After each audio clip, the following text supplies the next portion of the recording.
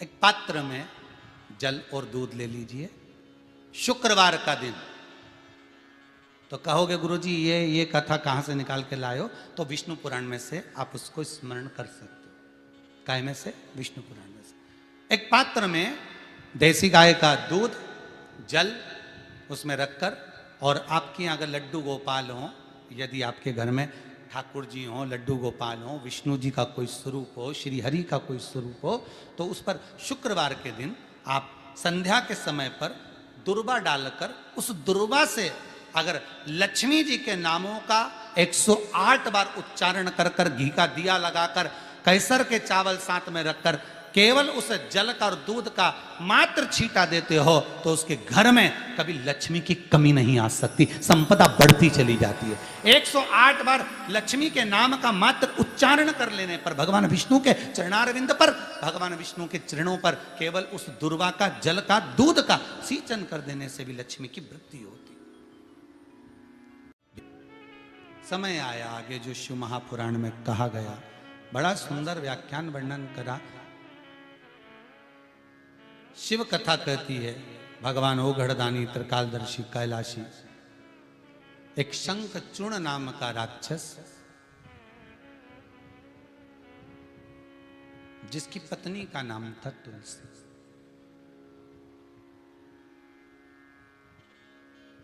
इतना उपद्रवी था। अब राक्षस है तो उपद्रवी तो होगा, इतना उपद्रवी। देवता परेशान हो गए, सब ने जाकर भगवान भूत भावन भूतेश्वर भगवान शिव से निवेदन करा, शंकर से कहा, हे ओघड़दानी, हे त्रिकालदर्शी, हे कैलाशी, हे अविनाशी, हे शंभु, कृपा करिए इस शंखचूर्ण नाम के राक्षस का संहार कर दो। भगवान उसी समय पर शंखचूर्ण नाम के राक्षस का संहार करने के लिए आए, उसकी हड्डियों को ले जाकर समुद्र में डाल दिया, जिससे शंख जाति का निर्माण हुआ। और वो तुलसी रो रही थी।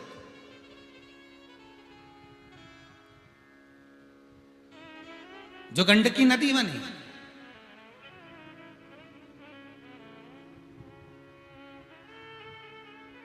जिसने भगवान विष्णु को भी श्राप दिया कि तुम्हें पत्थर बनना पड़ेगा और इसी गंडकी नदी से प्रकट होना पड़ेगा, इसी गंडकी नदी से तुम्हें प्रकट होना पड़ेगा।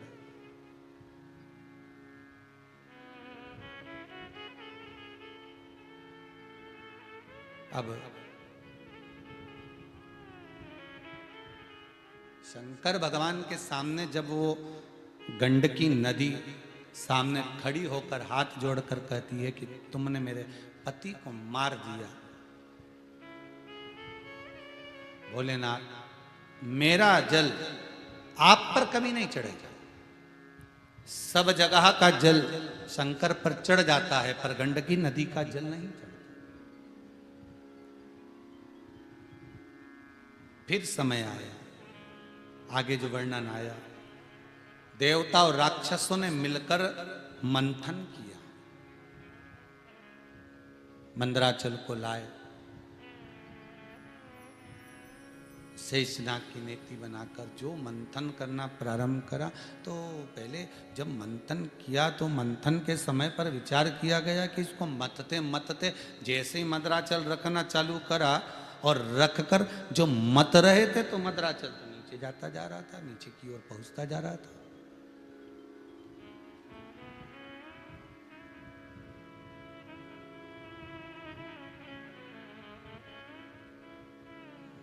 भगवान ब्रह्मा भगवान विष्णु के पास गए। भगवान विष्णु ने पूछा, क्या हुआ? हुआ क्या, ये बताओ, क्या हो गया? प्रभु, जो मथा जा रहा है देवता और राक्षस मिलकर, जिसका मंथन कर रहे हैं, जिस मंदराचल को रखा गया है समुद्र भीतर, मंथन किया जा रहा है, वो मंदराचल अंदर जाते जा रहे हैं, अंदर जाते।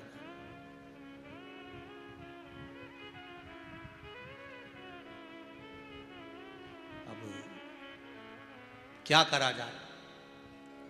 ब्रह्मा जी भगवान विष्णु से बोले, और भगवान विष्णु ने जैसे ही सुना तो भगवान विष्णु उसी समय पर तुरंत ब्रह्मा जी को लेकर सीधे भगवान शिव जी के पास पहुंच गए। और देखिएगा, शंकर को सबसे पहले जो निकला, 5 गाय निकली और गाय के बाद जो विष निकला, तो सबसे पहले शंकर को क्यों भेजा गया उसकी कथा है, और यहीं से प्रकट होती है दुर्वा की कथा।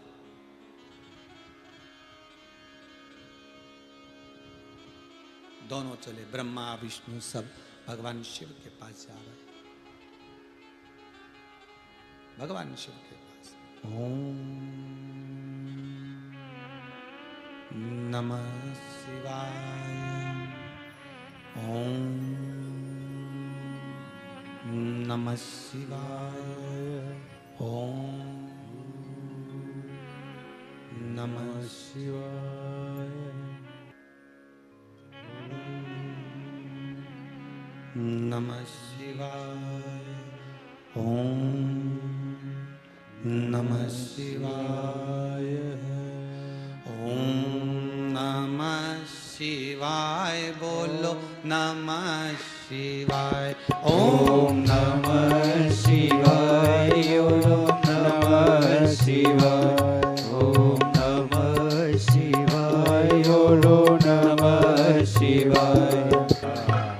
शिव की कथा कर रही है, औगड़दानी त्रिकालदर्शी की कथा कर रही है। भगवान ब्रह्मा और भगवान विष्णु शिव जी के पास पहुंचे,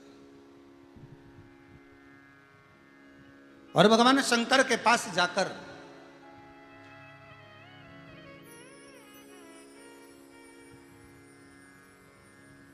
अच्छा, इतनी देर से गए भी नहीं थे, सारा प्लान कर लिया कि मंथन होगा, अमृत निकलेगा, देवता आपस में बांट लेंगे, सारी प्लानिंग हो गई, पर शंकर जी को कुछ नहीं मालूम, कुछ भी नहीं मालूम। जो घर में सीधा साधा रहता है ना, एकदम सीधा, बहुत सरल, क्या हो रहा है क्या नहीं हो रहा है उसको बताया ही नहीं जाता है, उसको कोई नहीं बताता। जो बहुत सीधा रहता है उसको कौन बताए।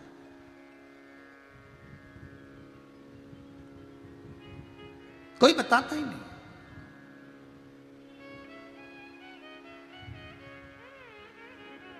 अब कौन बताए साहब, शिव जी के पास में तो कोई सूचना पहुंची नहीं, शंकर के पास कोई खबर गई नहीं, कोई संदेश पहुंचा ही नहीं था। भगवान शिव के पास जाकर भगवान नारायण ने कहा, भोलेनाथ नेत्र खोलिए, प्रभु नेत्र खोलिए। शंकर जी ने नेत्र खोले, कैसे आना हुआ?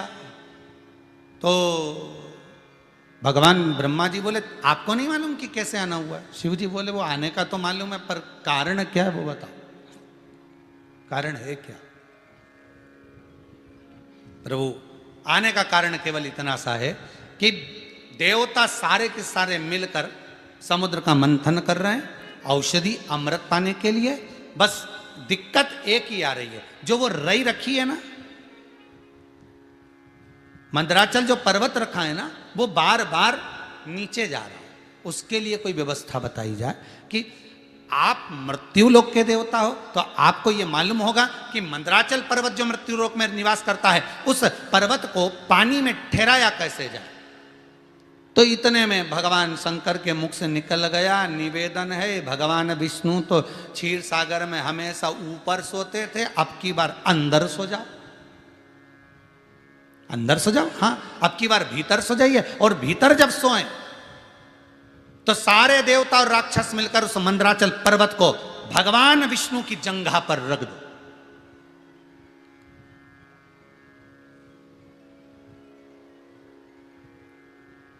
अब भगवान विष्णु की जंघा पर रखकर मंथन करना प्रारंभ करो। जो मंथन करना प्रारंभ करा तो जंघा पर जो भगवान के बारीक बारीक से रुए थे शरीर के, वो सारे की सारे टूटकर नीचे की ओर गिरना प्रारंभ करे, समुद्र की लहर में आए, किनारे लग गए। वो जो किनारे रुए लगे वही दुर्वा के रूप में प्रकट हो गए, वही रुए दुर्वा के रूप में प्रकट।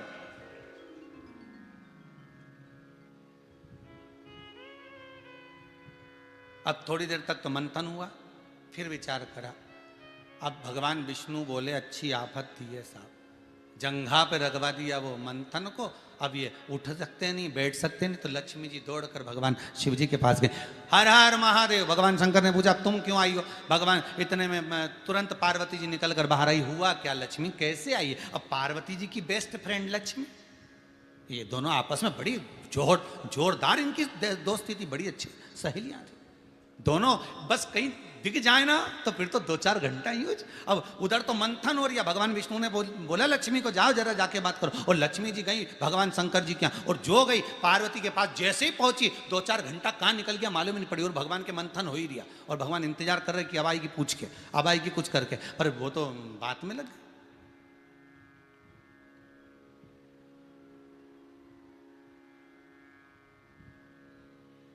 पहले, अब आजकल तो नल पानी के बोर सब जगह जगह हो गए।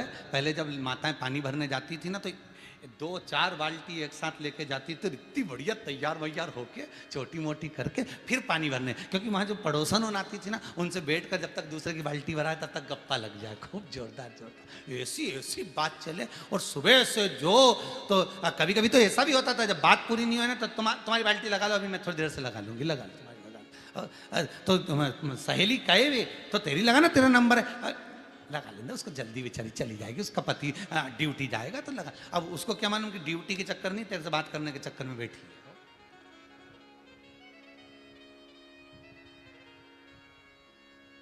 चित्तवृत्ति है उसकी, मन है उसका।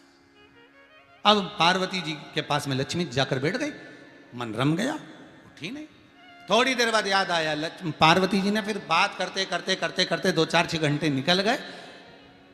फिर पार्वती जी ने पूछ लिया लक्ष्मी तू आई कैसे थी, क्या कारण था? और लक्ष्मी के गजब हो गया, जाऊं जल्दी शंकर जी के पास जाके हर हर महादेव। भोलेनाथ जी ने पूछा क्या हुआ? शंकर भगवान से लक्ष्मी जी कहती है मेरे पति की जंघा पर जो मंथन हो रहा है वो मुझे श्रेष्ठ नहीं लगता, क्या करें ये बताओ कि वो मंदराचल ना डूबे। तो भगवान शिव जी ने कहा एक काम करो, कच्छप अवतार धारण कर लो। कच्छप भगवान की पीठ पर जब मंदराचल पर्वत रखाएगा और मंथन होगा तब चल जाएगा। जाओ एक काम करो, अब कच्छप का रूप भगवान विष्णु से कह दो वो धारण कर ले, ठीक है। लक्ष्मी जी ने जाकर कहा, भगवान विष्णु ने कच्छप रूप धारण करा, मंदराचल को ऊपर लिया, पर जो रुए भगवान के शरीर के गिरे थे, जो रोम भगवान के शरीर के गिरे थे जंघा के, वही दुर्वा के रूप में प्रकट, वही। एक कथा ये कहती है, दूसरी कथा कितना सुंदर वर्णन करा। मान लो अगर रोम गिरे भी थे और उससे ये दुर्वा उत्पन्न हो भी गई थी, मान लो रोम गिरे और दुर्वा उत्पन्न भी हो गई, दुर्वा उत्पन्न हो गई मान लो, तो फिर ये दुर्वा जो उत्पन्न हुई है इसमें इतना बल कहां से आ गया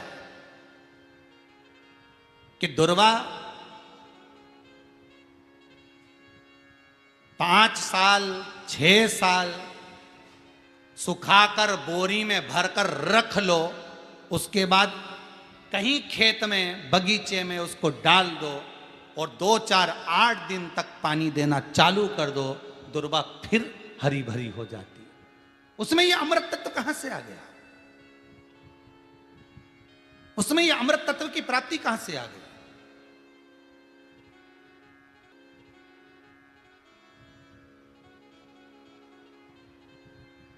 उसका यह अमृत तत्व किस लिए प्राप्त? तो क्यों भगवान जब एक अनलासुर नाम का राक्षस हुआ और वो राक्षस दिन प्रतिदिन गलत कर्म करता, अनलासुर जब देखो जब कोई ऐसा कर्म करता, कहीं गौ माता जा रही है तो उसको पकड़कर उसको नोच कर उसको काट देता, कहीं ब्राह्मण जा रहे हैं उनको नोच कर उनको काट कर पटक देता, उनके रक्तों को पी जाता, अनलासुर उपद्रव मचाता। देवता सारे परेशान होकर उन्होंने शंकर भगवान से कहा भोलेनाथ क्या करा जाए? शंकर भगवान ने कहा चिंता मत करो, अनलासुर है कहां? तो कहा वो मृत्यु लोक में उस जगह पर विराजमान।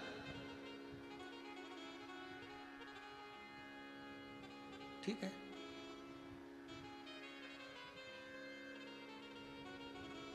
भगवान कहे अब चिंता मत करो, मैं काशी में जाकर बैठूंगा और काशी में जाकर जब मैं बैठूंगा उस समय पर अनलासुर अगर मेरी काशी तक पहुंचता है तो उसका संहार करना मेरी जवाबदारी, चिंता मत कर। अब भोलेनाथ काशी में विराजमान हुए और काशी के नजदीक में अनलासुर पहुंचा। जैसे ही पहुंचा, देवताओं ने दुमदुबी बजाना प्रारंभ करी कि अनलासुर आ गया, अनलासुर आ गया, अनलासुर आ गया।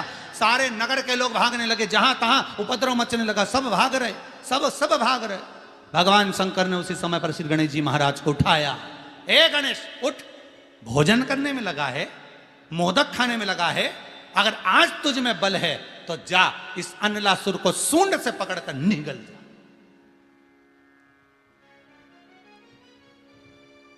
गणेश जी बोले, पिताजी निगल तो जाऊं, पर ये अनलासुर कोई साधारण राक्षस असुर नहीं है, ये पेट में जाने के बाद भी उपद्रव मचाएगा। शंकर भगवान बोले तो निगल तो सही। गणेश जी ने जाकर अनलासुर को निगल लिया। अब निगल लिया तो 5 दिन तक ना तो गणेश जी भोजन कर रहे ना पानी पी रहा है। अनलासुर अंदर उपद्रव मचा रहा, बड़ा परेशान कर रहा। अग्नि प्रकट कर ली अनलासुर ने अंदर की अंदर, ऐसा तप अनलासुर अंदर गणेश जी के उदर में तप करने में लग गया, इतना तप करने में लग गया कि वहां अग्नि प्रकट हो गई, अग्नि जलने लगी। अब गणेश जी के अंदर अग्नि का प्रागट्य जब उत्पन्न होने लगा, तब शिव जी के पास में पार्वती ने जाकर कहा, गणेश कुछ खा नहीं रहे, गणेश कुछ पानी नहीं पी रहा है। उनके भीतर उस उदर में अग्नि प्रकट हो रही है, क्या करा जाए।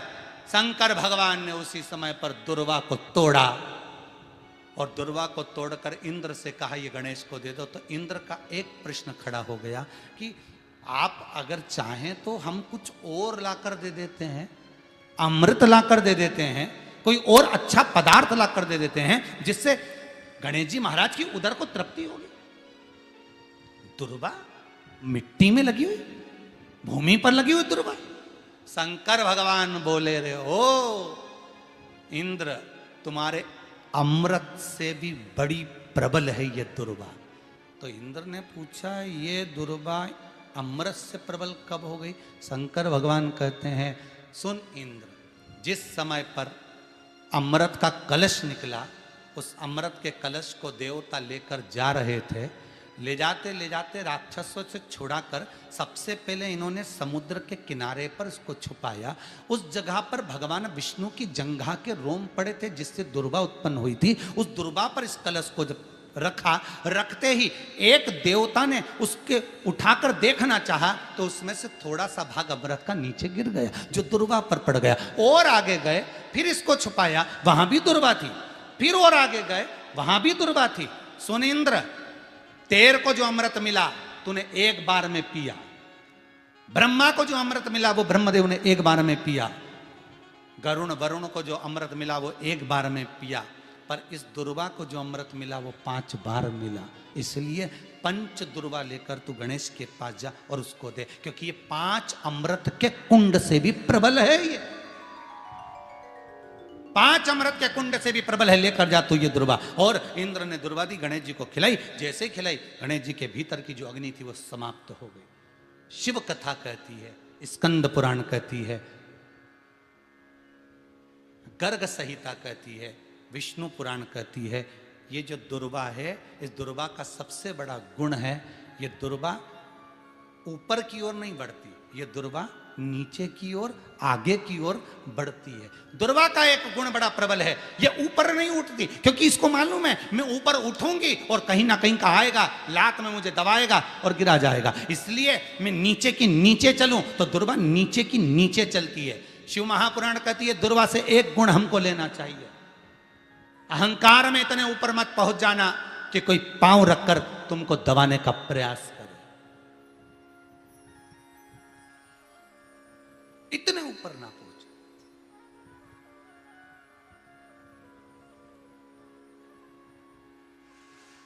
अहंकार में 3 गए, धन, वैभव और वंश। ना मानो तो देख लो रावण, कौरव और कंस। अहंकार ना है ऊपर की ओर बढ़ने का।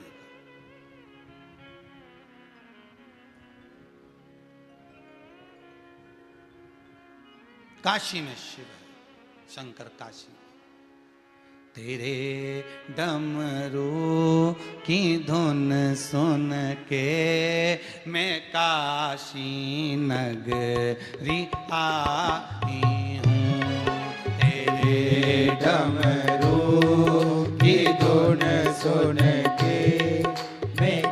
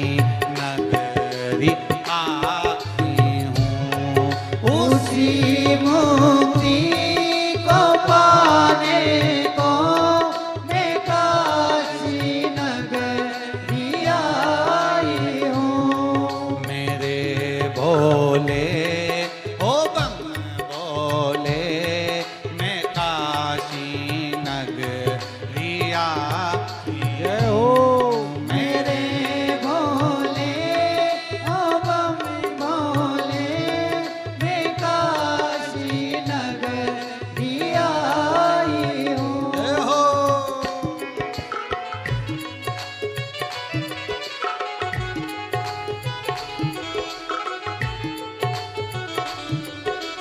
हरि बोल।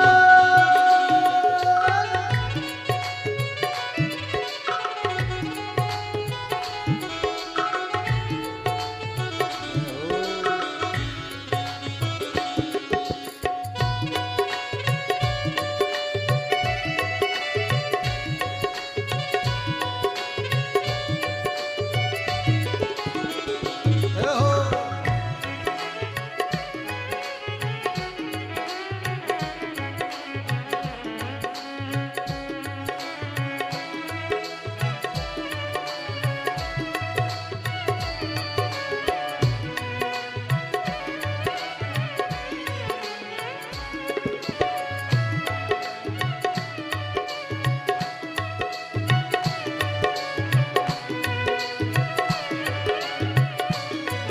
सुना है हमने ओ भोले तेरी काशी में गंगा है। सुना है हमने ओ भोले तेरी काशी में गंगा है। सुना है हमने ओ भोले तेरी काशी में गंगा है। सुना है हमने ओ भोले तेरी काशी में गंगा है। उसी गंगा को नहाने को मैं काशी नगरी आई हूँ। उसी गंगा में नहाने को मैं काशी नगरी आई हूँ।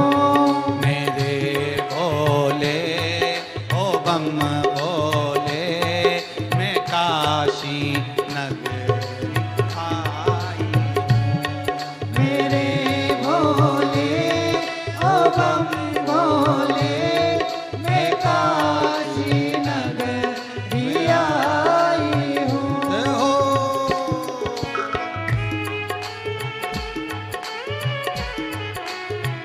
शंभो शंकर हे गौकर्णी। जय हो।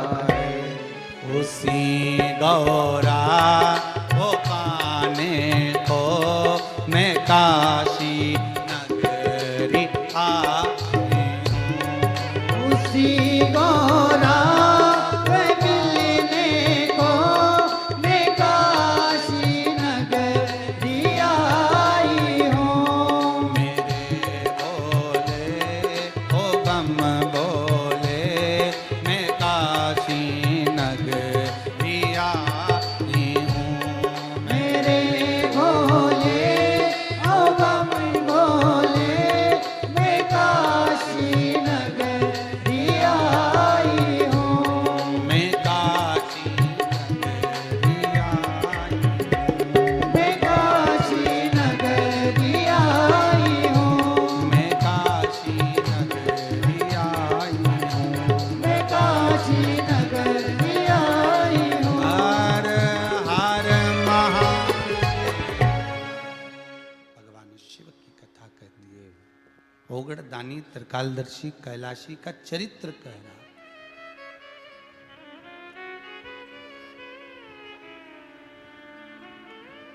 देवताओं को अमृत कितनी बार मिला? एक बार। दुर्वा को अमृत कितनी बार मिला? जम के बोलिए, 5 बार। कार्य सिद्धि के लिए 5 दुर्वा गणेश जी को चढ़ाई जाती है, आज भी नियम है।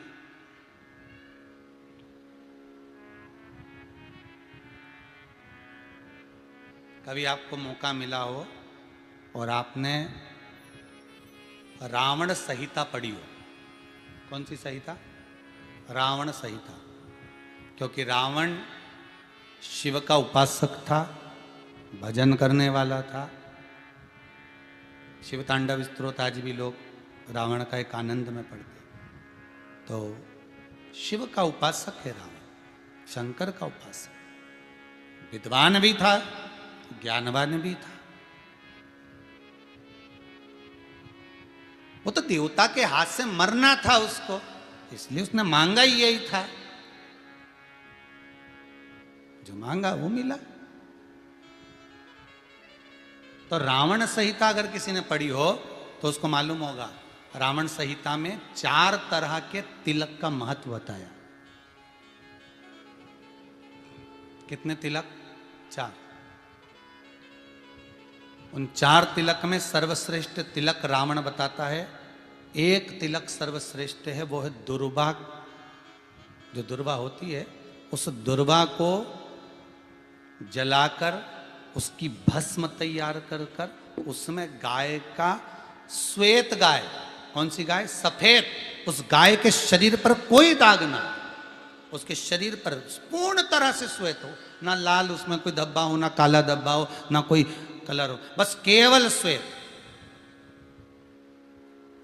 रावण संहिता में 4 तरह के तिलक का प्रमाण दिया। तो एक तिलक रावण संहिता में वर्णन आया, एक तिलक का जो व्याख्यान वर्णन किया गया, उसमें दुर्वा को जलाकर राख कर कर भस्म बनाकर उसमें गाय का घी, देसी गाय का घी मिलाकर और उसका बिंदी, उसका तिलक मस्तक पर लगाकर या नैनों में सुरमा लगाकर जो व्यक्ति जिस किसी से मिले वो उसका हो जाता है।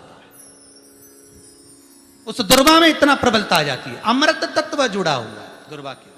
रावण संहिता में 4 तिलक बताएं, उसमें से सबसे 4 तिलक में अलग अलग एक बेलपत्री की जड़ का तिलक है, एक आंकड़े की जड़ का तिलक है। रावण संहिता में 4 तिलकों का वर्णन है, उसमें मुख्य है सबसे ज्यादा।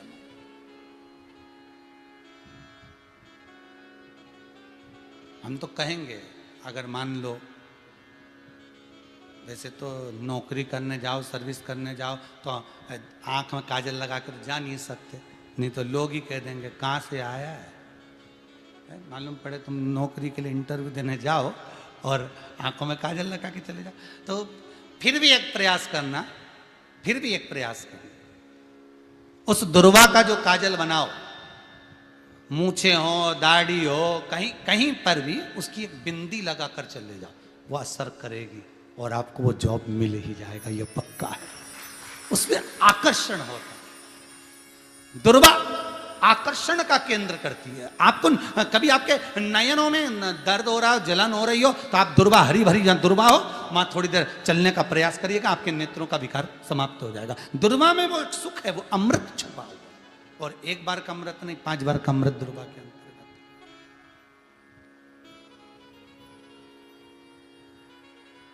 कौन से देवता हैं जिनके ऊपर दुर्वा का जल दूध में मिला हुआ छीटा जाए? श्वेत गाय के। देखो दूध का प्रमाण बार बार दुर्वा के साथ आया, उसका कारण क्या है? क्या कारण हो सकता है उसका? उसका एक कारण है, समुद्र मंथन के समय पर सबसे पहले कुछ निकला था, तो समुद्र मंथन में सबसे पहले निकली थी गौ माता निकली थी। क्या निकली थी? गाय सबसे पहले निकली थी गाय। और कितनी गाय निकली थी? 5। पहली नंदा, दूसरी सुभद्रा, तीसरी सुरभि, चौथी सुशीला, 5वीं बहुला। ये 5 गाय समुद्र मंथन में निकली। अब समुद्र मंथन में जब गौ माता निकली तो सारे 33 कोटि देवता मंथन में जो लगे हुए थे, उन मंथन को करते करते देवता थक चुके थे। सारे देवता थक चुके थे।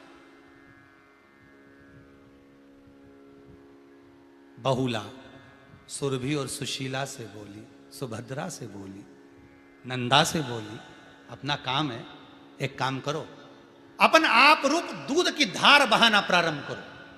अपने आप दूध की धार हम मृत्युलोक में हम भेजें इन देवताओं के लिए, तो देवताओं को अमृत तत्व मिलेगा, आनंद होगा।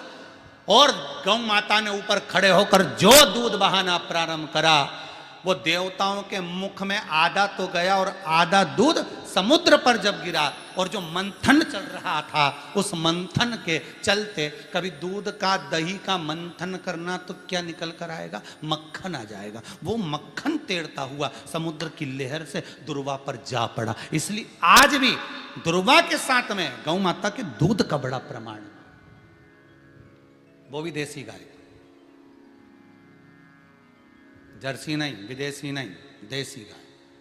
और देसी गाय का दूध का बड़ा बड़ा प्रमाण है साहब। हम कई बार कथाओं में कहते हैं, जैसा खाया अन्न, बोलते जाओ, वैसा हो गया मन। जैसा पिया पानी, वैसी हो गई वाणी। और जैसा पिया दूध, वैसी बन गई बुद्ध। बुद्धि कैसे बनी है? दूध से बनी। डब्बे का दूध पियोगे तो डब्बे हो जाओगे, थैली का दूध पियोगे तो थैली, बोतल का दूध पियोगे तो बोतल। तो दूध का बड़ा असर।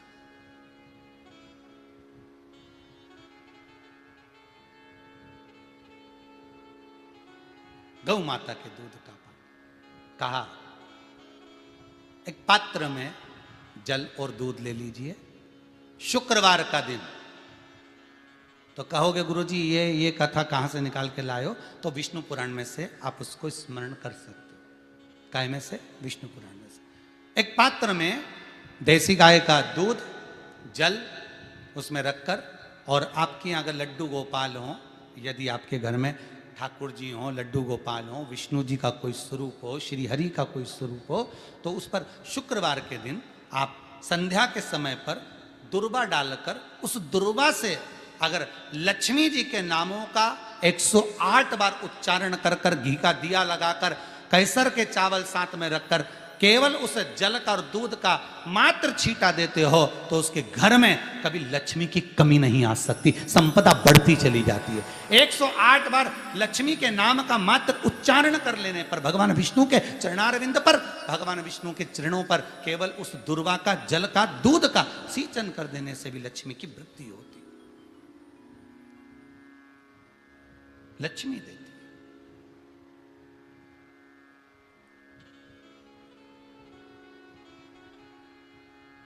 दुर्वा बढ़ती है। और दुर्वा का एक बहुत सुंदर गुण है महाराज, बहुत सुंदर गुण है दुर्वा का। जहां पर उसके भीतर गांठ आती है ना, वहां से 2 रास्ते बना देती है। बोलो बनाती कि नहीं बनाती? कभी दुर्वा देखी होगी आपने। जहां गांठ आई वहां 2 रास्ते बनाएगी, फिर गांठ आई फिर 2 रास्ते बनाएगी, फिर गांठ आई फिर दो रास्ते बनाएगी। दुर्वा का क्रम ऐसा है कि हम भगवान को दुर्वा क्यों देते हैं, उसका कारण यह है कि मान लो हे परमात्मा, हे शंभु, हे गणेश, हे प्रभु नारायण, अगर मान लो मेरा एक रास्ता चलते चलते गांठ पड़ जाए, एक रास्ता मेरा बंद हो जाए, तो वहां से मेरे दूसरे रास्ते खोल देना। इसलिए दुर्वा भगवान को समर्पित करी जाती है। दुर्वा को समर्पित करने का क्रम ही यही है कि मेरे मार्ग खुल जाए, मेरी राह खुल जाए, मेरा मार्ग चारों तरफ खुलता चले। दुर्वा नीचे की ओर चलते चलते मार्ग खोलती चली जाती है।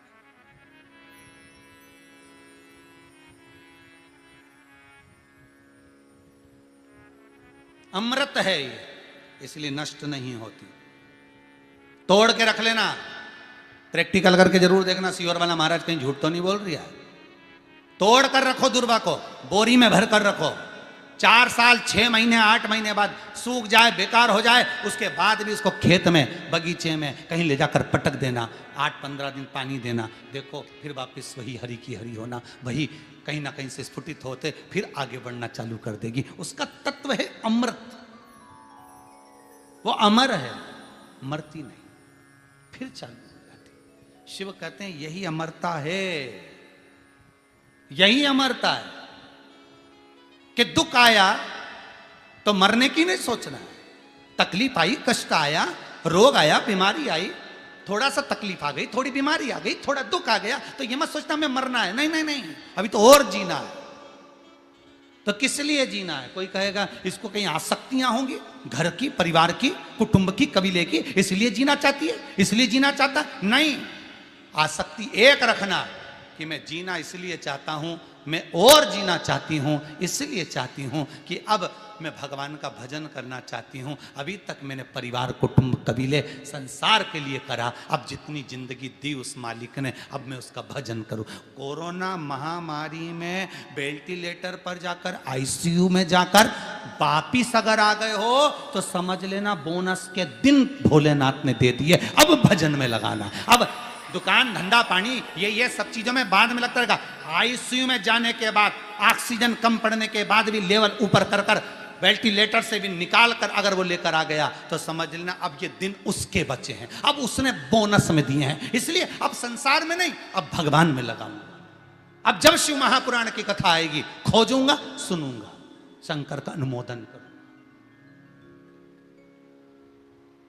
हो गए दिन, नहीं तो तुम तो गए थे रे, निपट चुके थे। जैसे ही पहुंचे बड़े बुरे हाल थे, ऑक्सीजन भी ऊंचा नीचा हो रहा था, और वो कजन कौन सा इंजेक्शन था वो भी नहीं मिल रहा था। तो क्या अब क्या होगा तेरा कालिया? तो कालिया ने सोचा कुछ नहीं होना, शिव पुराण याद करो।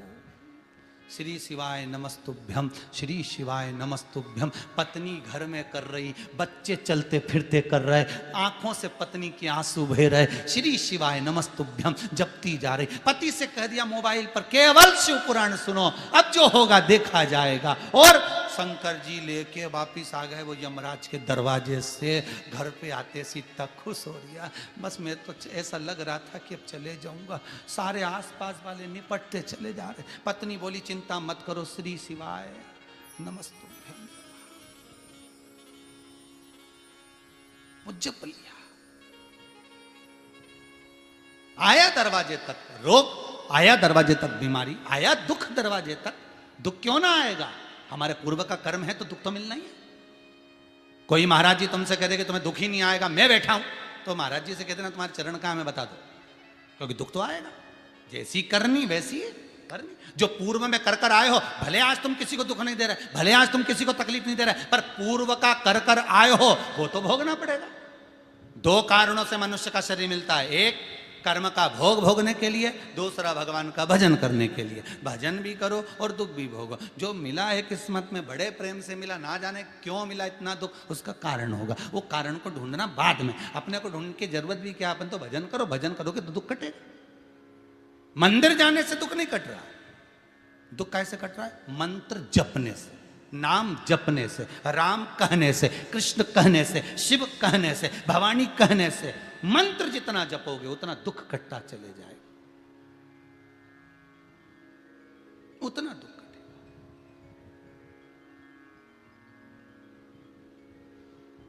भोला सब दुख काटो हमारा, ओ भोला सब दुख काटो हमारा।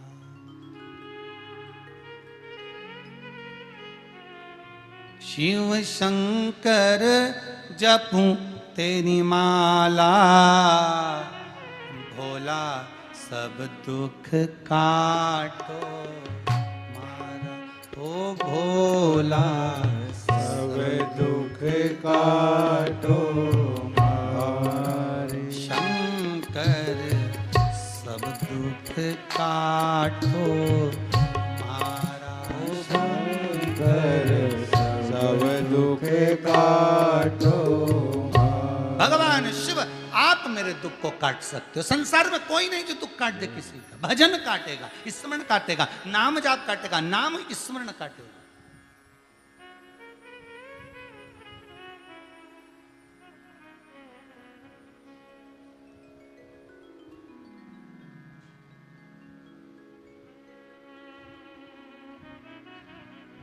महाराज दुर्वा भगवान विष्णु को चढ़े, दुर्वा गणेश जी को चढ़े, दुर्वा शिव जी को चढ़े, दुर्वा ब्रह्मा को चढ़े, दुर्वा इंद्र को चढ़े, दुर्वा पितरों को चढ़े। कितना सुंदर कहा है। जिसके घर में पितृदोष प्रबल होता है, बहुत प्रबल पितृदोष है, तो उसके घर के जहां पानी का मटका रखा था, पितृदोष मालूम है ना? पितृदोष का लक्षण क्या होता है? 1 रुपए कमाओ, 1.25 रुपए खर्च हो, समझ लेना पितृदोष है। रात्रि को सो गए तुम, बड़े नींद आ गई तुमको, बहुत प्रेम से सो गए, सोने के 1.5 घंटे या 2 घंटे बाद तुम्हारी नींद खुल जाए और कम से कम आधे घंटे तक तुमको भूख लग रही हो, समझ लेना पितृदोष है। सोकर उठने के बाद में जैसे ही 1-2 घंटे की नींद हो गई और अचानक नींद खुल गई और तुम्हें भूख लग रही है, भूख लग रही है, प्यास लग रही है बहुत तेज, अभी सोए हो, 1.5 घंटा ही हुआ, 2 घंटा ही हुआ, भूख लगने लगी, बहुत तेज भूख लग रही है, समझ लेना पितृदोष है। पितृ भूखे हैं, भोजन की याचना कर रहे हैं, भोजन की याचना। सोने के बाद तत्काल नींद खुले 2 घंटे के बाद, भूख लगे, उसका भी एक समय बताया है महाराज ब्रह्मवर्ता पुराण के अंतर्गत कि रात्रि को सोने के बाद में 1 घंटे की नींद हो जाए और उसके बाद में 2 घंटे के अंदर वापिस नींद खुल जाए और भूख लगने लगे तो समझ लो पितृ भूखे हैं, भोजन मांग रहे हैं, अन्न मांग रहे हैं, पितृदोष है।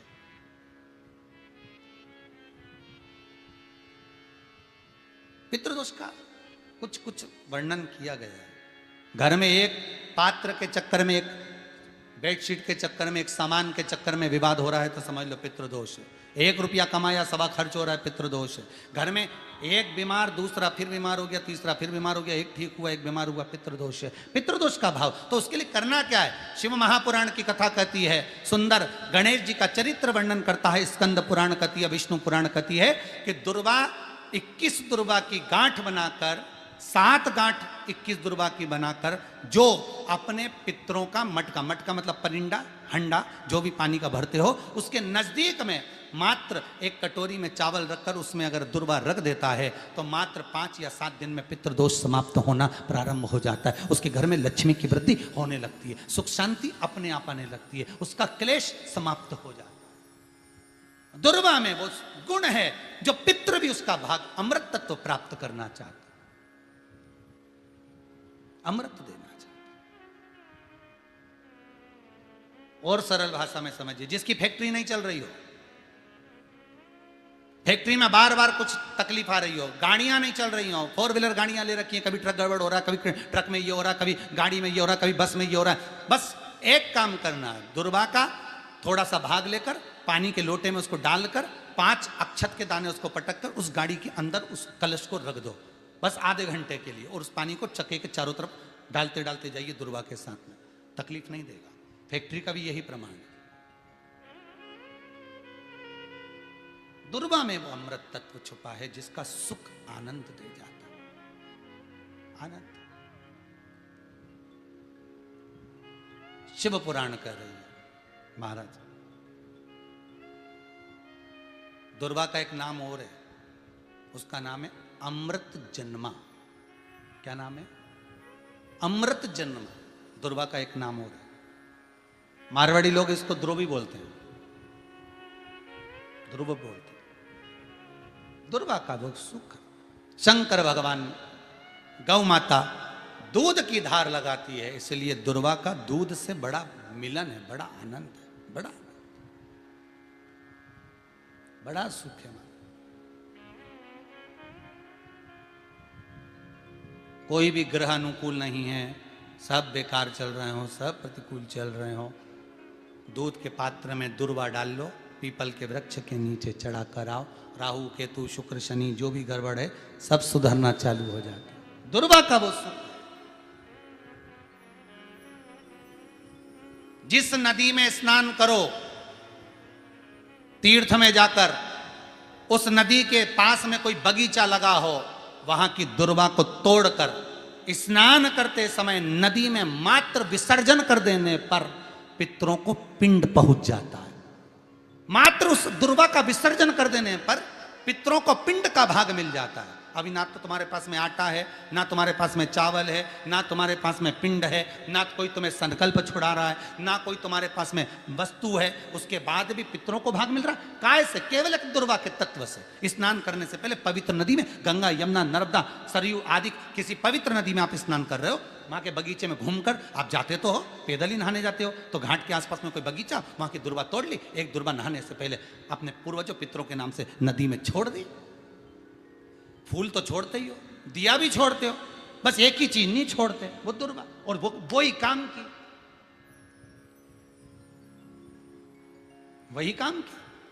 तुम कुछ छोड़ो ना छोड़ो, एक दुर्वा का भाग छोड़ दिया, वो पितरों के लिए सुख प्रदान करने वाला। शिव पुराण कह रही है महाराज, भगवान एक बार शंकर भगवान आनंद से विराजमान, उसी समय पर जब गौ माता निकल गई, उसके बाद में विष निकला, विष शंकर भगवान को दिया। शिव जी ने विष पिया, नीलकंठधारी कहलाए। पार्वती जी ने बार बार मना करा, भोलेनाथ विष मत पियो, क्योंकि इन देवताओं ने आपसे नहीं पूछा मंथन।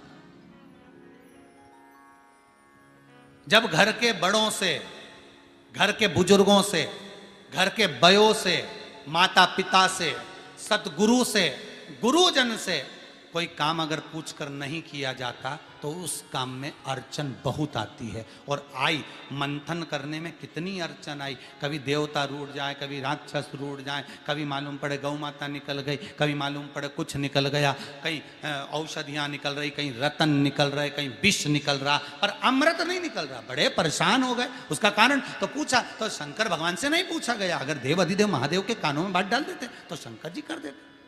शंकर तो सरल सहज, उनके कानों में बस बात जाना चाहिए, वो तो तुरंत आ जाता, तुरंत वो तो सामने, बस मुख से निकला और शिव ने किया। एक बहुत अच्छी बात है स्कंद पुराण की, आप शंकर के मंदिर में जाकर हाथ नी भी जोड़ो ना तो भी चलेगा। एक काम जरूर करना, परंतु हाथ नी भी जोड़ो ना। मंदिर में गए, आपने हाथ भी नहीं जोड़े तो भी शंकर के सामने बैठकर उससे अपनी दिल की बात जरूर कह देना। आपकी नी पटती ना शंकर से मत पटे। आप जिसको मानते हो, आप राम को मानो, आप कृष्ण को मानो, आप भवानी को मानो, आपकी मर्जी पड़े उसको मानो। शिव से नहीं भी पटे ना तो भी आपने सारी दुनिया में अपना दुख कहा, एक बार शंकर के पास, उसके दरवाजे पर नंदी के पास बैठकर, दीवार से टिक कर बैठकर, कहीं एकांत में बैठकर उस शंकर से अपने दिल की बात कहना जरूर, बोलना जरूर। भोला सब दुख काटो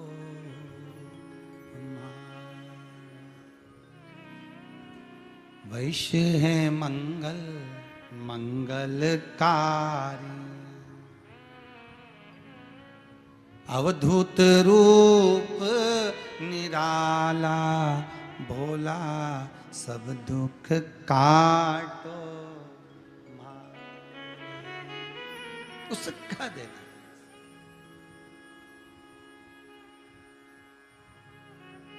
उससे बोल दो, वो दुख काट देगा।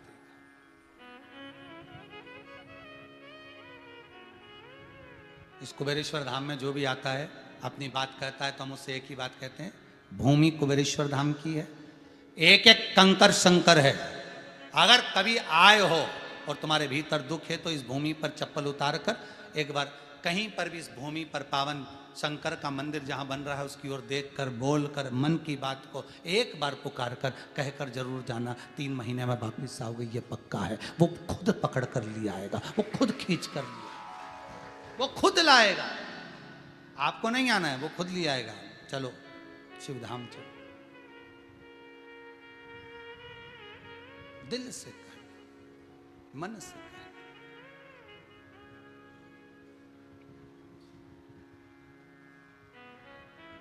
विष निकला, नाथ अब क्यों पी रहे हो? पार्वती जी शिव जी से कह रही हैं, आप क्यों पी रहे हो? इस विष को क्यों पी रहे हो? किस लिए?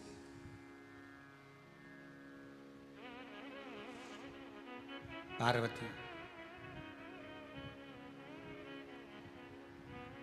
इन देवताओं ने मुझसे नहीं पूछा, मंथन किया, पर ये विष जो निकला है ये कोई नहीं पिएगा, और अगर पी लिए तो लोग मर जाएंगे, देवता प्राणों को त्याग देंगे। हलाहल विष, इस विष को मुझे पीना पड़ेगा। कितने चतुर थे भगवान विष्णु, उनकी चतुरता देखिए, इसलिए उनका नाम है चतुर नारायण। भगवान विष्णु का नाम चतुर नारायण क्यों है? उनकी चतुरता देखिए। भगवान विष्णु को मालूम था अगर विष नीचे रखूंगा, सबको दूंगा, कोई नहीं पिएगा, फेंक देगा, अगर नीचे रखूंगा तो लोग पिएंगे तो मर जाएंगे। इसलिए आज भी नियम है, चूहा मार दवाई लेकर आओ, पेड़ पौधे पर छींटने की दवाई लेकर आओ, पौधे में डालने की दवाई लेकर आओ, गेहूं में डालने की दवाई लेकर आओ। उस दवाई पे लिखा रहता है कि बच्चों के हाथ से ऊंची धरो, लिखा रहता है कि नहीं लिखा रहता? कि बच्चों के हाथ से ऊंची रखो। तो भगवान विष्णु ने भी वही कहा कि ये बच्चों के हाथ से ये विष ऊंचा रखो। तो उन्होंने विष कहां पहुंचाया? कैलाश पर्वत। अब इतनी ऊंचा कोई पहुंच के बता दे, जाओ डब्बा रखो दवाई का, छोटे छोटे बच्चों के सामने अगर वो कछुआ छाप अगरबत्ती या ये मच्छर की अगरबत्ती आ जाती है तो बच्चा मुंह में ले लेता। तो लिखा रहता है बच्चों के हाथ से ऊंची रखना, दवाई है ऊंची रखो, औषधि है, विष है ऊंचा रखो। मिठाई का डब्बा हो तो भले नीचे रख दो, पर विष ऊंचा, दवाई ऊंची रखो। ये पेड़ों पर छिड़कने की है, कीट पतंगा मारने की है, चूहा मारने की है, ऊंची रखो। तो भगवान विष्णु ने भी वो विष को ऊंचा रखा कैलाश पर कई कई बच्चे इतने उपद्रवी होते हैं कि कुर्सी लगा के ऊपर चढ़ जाएं और दवाई निकाल लें और नीचे डब्बा पटक के खा जाए। तो अब उसमें गलती किसकी? अब तुम बताओ, है किसकी गलती है इसमें? माता पिता की कोई गलती है क्या? उनने तो ऊंची रखी। घर के बड़े की गलती है, उनने तो ऊंची रखी। अब तुम कुर्सी पे चढ़ गए, डब्बा गिरा लिया, खा लिया। ऐसे ऐसे कहीं कहीं के लोग चतुर है। शंकर भगवान ने विष पिया, मुख से विष थोड़ा सा नीचे गिरा, सांप बिच्छू ने ले लिया और विष थोड़ा सा गिरा तो उससे भांग धतूरा उत्पन्न हो गया। पर कहीं का कुर्सी लगा के ऊपर चढ़ गया, कैलाश पहुंच गया और वहां से भांग तोड़ के ले आया और क्या कि शंकर जी की बूटी और घोट घोट के पी रहा है और शंकर जी का नाम बदनाम कर रहा है कि शंकर जी को भांग प्रिय। कौन सी पुराण में लिखा है कि शंकर को भांग प्रिय है? ये तो तुम कुर्सी लगा के डब्बा निकाल लिए। नहीं तो उनने तो लिखा कि बच्चों के हाथ से ऊंची रखो, तो कैलाश पे रखी, वो दर्शन करने गए, वहां से उठा लाया। इतनी भांग पड़ी थी, लगी हुई थी। शंकर जी के पास भांग है, किसी पुराण में नहीं लिखा कि शंकर भगवान को भांग प्रिय है। ना स्कंद पुराण में, ना लिंग पुराण में, ना पद्म पुराण में, ना शिव पुराण में, कहीं नहीं लिखा शंकर भगवान को भांग प्रिय है, यह कहीं नहीं लिखा। पर शंकर भगवान का भांग से श्रृंगार होता है, भांग उनके नजदीक में रहती है, यह पुराण में लिखा है। क्यों रहती है उसका कारण शिव महापुराण कहती है कि भगवान शंकर का जब कंठ जला, पार्वती की आंखों से अश्रु बह निकला, पार्वती पत्तियों को ढूंढ रही थी, भांग की पत्तियां मिल गई, पार्वती ने उसको पीसा, शिव जी के कंठ पर लगा दिया जिससे जलन कम हो। शंकर के पास में भांग इसलिए लगी हुई रहती है कि जो हवा आएगी भांग की, शंकर जी का कंठ नहीं जलेगा, उस जलन को रोकेगा। विष की जलन को वो भांग की ठंडाई रोकेगी। पर इनको क्या मालूम था, ये तो ठंडाई समझ के पीगा। अब ठंडाई लगना थी बाहर, उतार ली अंदर। दिक्कत तो वही है। बच्चों को कौन समझाए कि ऊपर चूहा मार दवाई रखी है ना, कीट पतंगा की दवाई रखी है, पेड़ पौधे पे छिड़कने की दवाई रखी है। ये तो सोचा कि मिठाई का डब्बा रखा है और मम्मी ने छुपा के रख दिया, रसगुल्ले का दिख रहा है। बाकी के काजू कतली का डब्बा तो चपटा हो, ये तो इतना बड़ा, तो इनने का रसगुल्ले का ही है। अब इनके क्या मालूम था कि तू खाएगा ना रसगुल्ला हो जाएगा। अब इनको क्या मालूम, ये तो समझे रसगुल्ले। चढ़ गए ऊपर और डब्बा नीचे गिरा लिया, गया कहीं का कैलाश पर, भांग तोड़ के लिया आया। शिवरात्रि पे खूब घोट घोट के पी रहा है, शंकर जी का नाम बदनाम कर रहा है। शंकर जी की भांग प्रिय, भांग प्रिय, शिव जी की बूटी, शिव जी का प्रसाद, शिव जी का प्रसाद। कौन सी पुराण में लिखा शिव जी का प्रसाद? तो शिव जी का, अगर तुम भांग पी रहे हो तो शंकर जी का एक आध सांप भी धारण कर लो। भांग पियो तो धारण करो, और एक आध सांप दिख गया तो जो चढ़ी चढ़ाई भांग है वो भी उतर जाएगी। एक आध बार मिल गया ना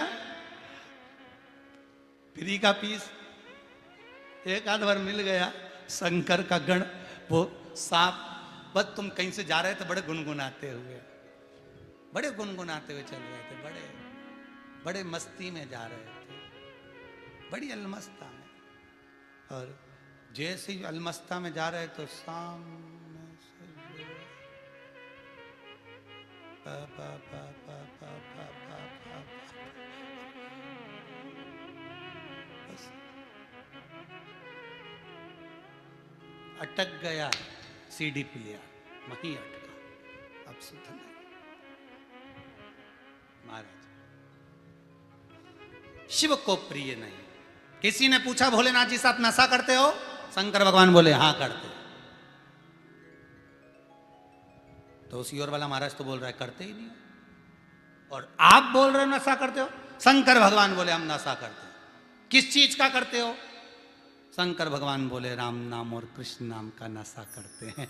इस नशे में एक बार डूब गए फिर कोई निकलने वाला नहीं है। कई लोग ऐसे हैं जो शंकर के नाम का रसा करते हैं, शिव महापुराण को ढूंढते रहते हैं, दिन भर ढूंढते हैं कहां आ रही है, कहां शिव महापुराण की कथा रही, कहां शिवर वाला महाराज की कथा रही। बस चैनल लग देख तो जरा शिवर वाला महाराज की कथा रही क्या, शिव महापुराण की कथा रही क्या, जरा देख जरा कहीं महाराज की कथा रही तो निकाल।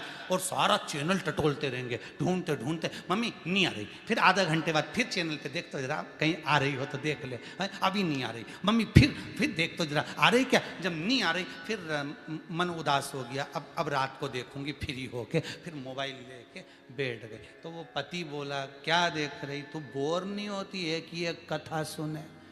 तो पत्नी भी बोली तुम्हें भी तो देख रही 40 साल से। क्या बोला, वो भी क्या बोला, पुराण ओ घड़ी है, दयालु है। एक पनिहारन सिर पे मटका लेकर, मटके पर मटका लेकर, मटके पर फिर मटका, मटके पर फिर झारी भरकर, हाथ में कंधे पर रस्सी का बंडल, इस हाथ में बाल्टी, और चली जा रही है। उसने उस कलश को, उस हंडे को पकड़ा नहीं है महाराज, और चली जा रही है। बीच मार्ग में उसको, बीच मार्ग में सहेलियां भी मिली हैं, सखियां भी मिली, और उनसे बात भी वो कर रही है। मटका गिरा क्या उसका? अरे जम के तो बोलो नहीं। जितने लोग आज तक टीवी पर कथा श्रवण कर रहे हैं, ध्यान दीजिएगा, मटका नहीं गिरा है, झारी नहीं गिरी, कलश नहीं गिरा है। क्योंकि बात वो भले सबसे करे, पर उसका जो चित्त है, उसकी जो वृत्ति है, उसका जो मन है, उसका जो आनंद है, वो उस कलश में, वो उस मटके में, वो उस जगा हुआ।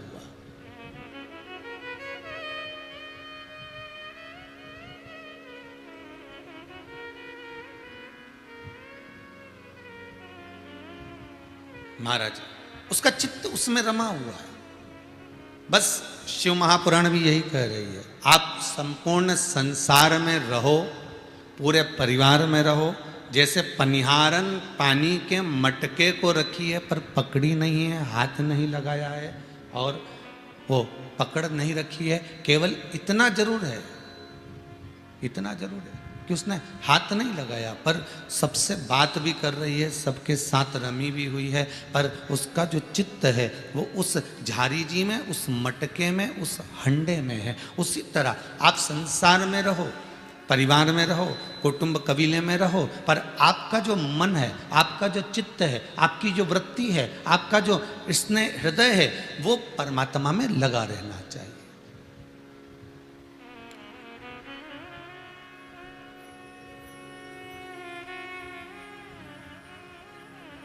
आज कोई बहन जी से भक्त ने कहा होगा, कार्यकर्ता ने, कि आप भोजन कर कर जाना हो, तो माता जी ने कहा हाँ हाँ हम हमारे शंकर जी को खाना खिला के जाएंगे।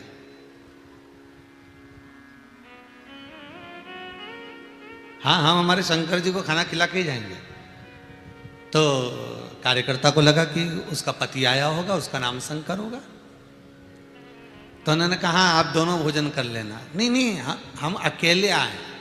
अच्छा, हमारा हृदय जो है ना, हमने उसको शंकर मान लिया, हमारी चित्त को, हमारी वृत्ति को, हमारे मन को हमने शिव मान लिया, और वो शिव जो हमारे भीतर बैठा हुआ है ना, उस शंकर को हम भोग। अब मैंने नियम बना लिया, मैं नहा नहीं रही हूं, शिव को नहला रही हूं,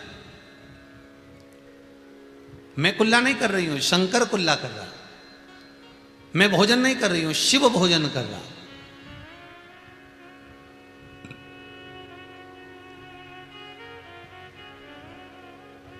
हर एक में मुझे शंकर जब नजर आने लगे, अर्थात भीतर भी शिव जब प्रकट हो जाए, इस आत्मा के भीतर जब शंकर का एक सुंदर भाव प्रकट हो जाए, चाहे वो राम हो, चाहे कृष्ण हो, चाहे जो तुम भाव से प्रकट करो, तुम्हारे भीतर जो विश्वास, तुम्हारे भीतर जो आनंद शंकर के प्रति उत्पन्न हो जाए, वो तुम्हारा। जैसे एक राजा के घर में बच्चे नहीं थे, और राजा के घर में संतान नहीं, तो उसने किसी के यहाँ जाकर पूछा, कोई तांत्रिक के पास पहुंच गया।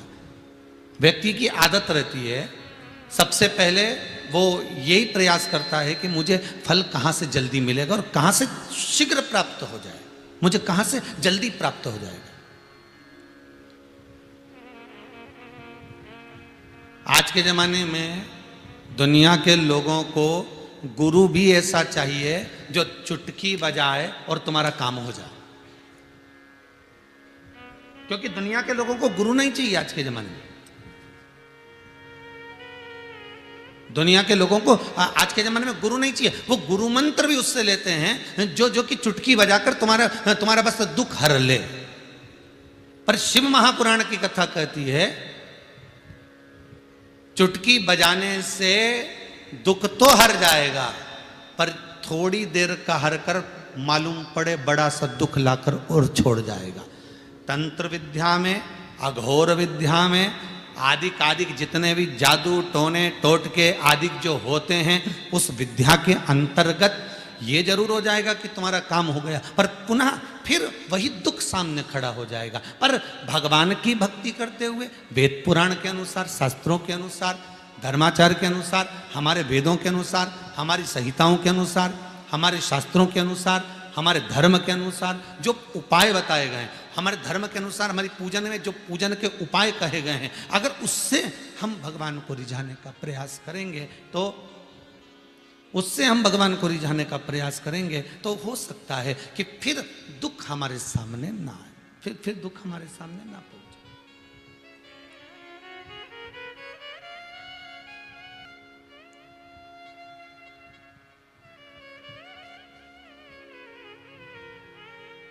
महाराज,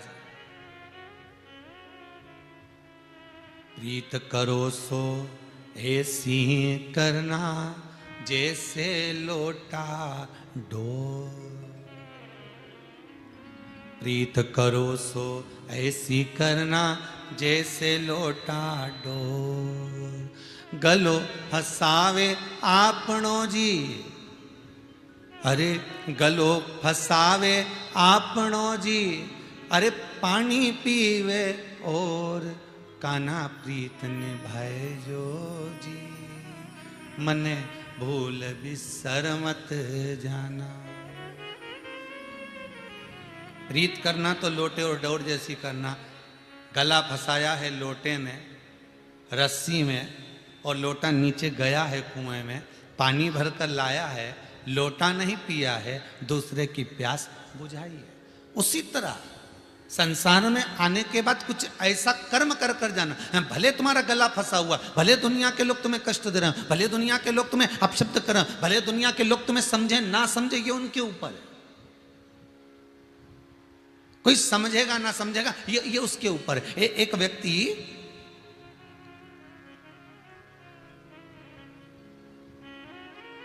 मदिरा की दुकान पर जाता, बहुत अच्छा था, खूब भजन करता था, खूब स्मरण में लगा रहता, खूब रामायण गीता पढ़ता। शाम को जाता मदिरा की दुकान पे, मदिरा की बोतल खरीदता, घर पर लाता और चुपचाप से उसको नली में ढोल देता, गटर में डाल देता।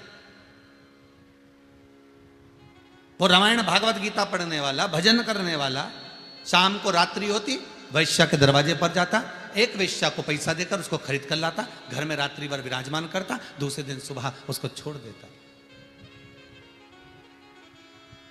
पूरे गांव में उसकी थू-थू होने लगी। गजब का व्यक्ति है, एक तरफ तो राम राम जपता है, दूसरी तरफ गलत काम करता है। किसी को मालूम थोड़ी ना कि मदिरा लाया तो नली में डोली, गटर में डाली। किसी को मालूम थोड़ी ना कि वो वैश्या लाया तो कमरे में रखकर उसको सुबह छोड़ दिया गया। किसी को मालूम थोड़ी। लोग उस पर इल्जाम लगने लगे, दुनिया के लोग उसको पूछना बंद कर दिए। उसकी पत्नी कहती है ऐसा क्यों करते हो? पति कहता तू चिंता मत कर, मैं अपना कर्म कर रहा हूं। अगर मेरे पैसे से मैंने एक मदिरा की बोतल खरीद कर नाली में ढोल दी तो कम से कम 4 लोगों को पीने से बचा तो लिया। 4 लोगों के हिस्से की पानी को, गंदे पानी को, उस नाली के पानी को मैंने नाली में तो डाल दिया। एक रात्रि के लिए अगर मैंने वैश्या को लाकर कमरे में बंद कर दिया है तो कम से कम किसी को तो बचाया, किसी नारी का घर टूटने से तो बच गया। अरे दुनिया के लोग थू-थू कर रहे हैं, उसका पति कहे दुनिया के लोग भले थू-थू करें, पर एक बात याद रखना, मैं मरूंगा तो मुझे राजा उठाकर लेकर जाएगा अपने कंधे पर, यह भी मेरा पक्का, क्योंकि मैं भजन करता हूं। मैं गलत काम, भले दुनिया की दृष्टि में गलत काम है, पर मेरी दृष्टि में गलत काम नहीं। दुनिया भले तुम पर उंगली उठाए, दुनिया भले तुम पर अपशब्द कहे, दुनिया भले तुम पर ताना दे, दुनिया भले तुमको आड़ा टेढ़ा कहे, दुनिया भले कहे तुमको जो कहना हो दुनिया के लोग कहें, पर अपने मन को जो अच्छा लगे वो करना, अपनी चित्तवृत्ति को जो अच्छा लगे वो करना।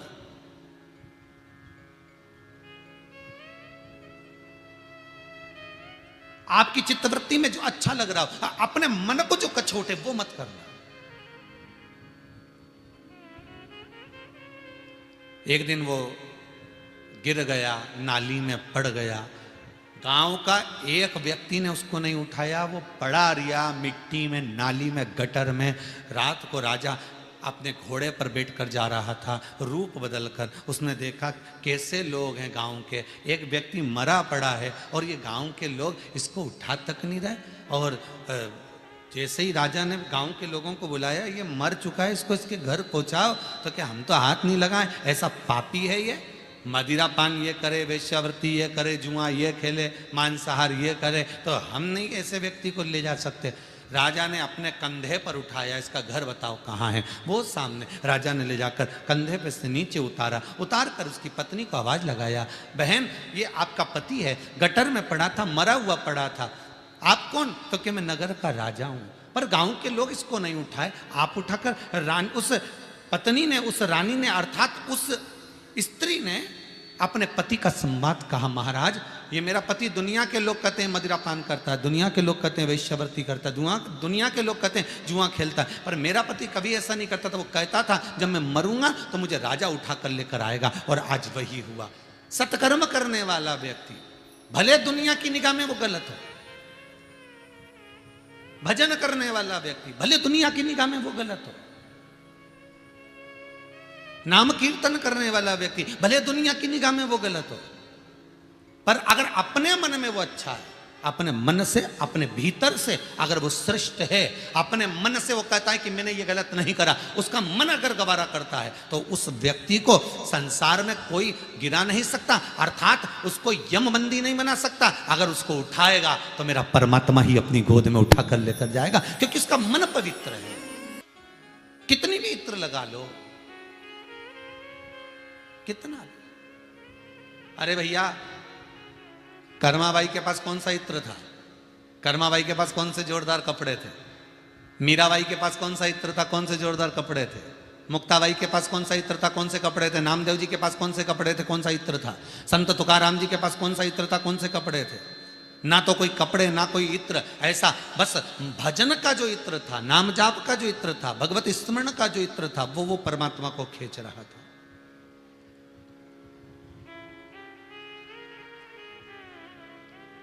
वो परमात्मा को अपनी ओर खींच रहा। एक राजा के मन में यह भाव आया कि भाई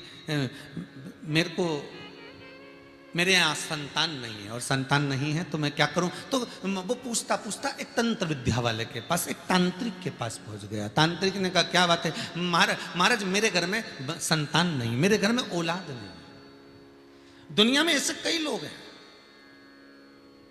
जो हिंदू धर्म के 33 कोटि देवताओं को छोड़कर ना जाने कहां कहां के देवताओं के चक्कर में पड़ जाते हैं, और जब वहां से घाटा खाते हैं, कुछ पैसे 21,000 रुपये लगेंगे, 25,000 रुपये लगेंगे, हम ये कर देंगे, हम ऐसा कर देंगे, उसकी बुद्धि फेर देंगे, उसको ऐसा कर देंगे। अगर पैसे की बात हो रही हो और फिर बुद्धि फेरी जा रही हो, समझ लेना कि वो बुद्धि तुम्हारी फेरी जा रही है, दूसरे की नहीं।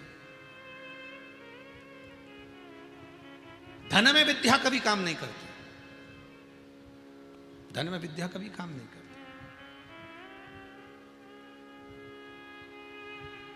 जहां मन से पढ़ाया जाता है, वहां के स्टूडेंट अच्छे नंबर से पास होते चले जाते हैं।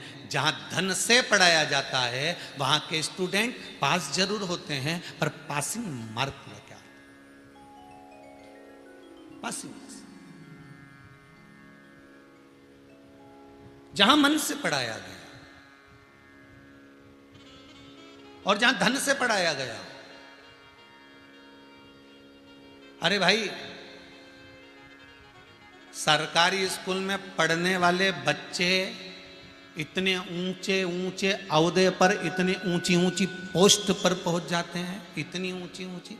हमारे इस सीहोर मध्य प्रदेश की बात करें तो सीहोर के ही एक सरकारी स्कूल में जो राष्ट्रपति के पद तक पहुंच गए, यहीं पड़े हुए,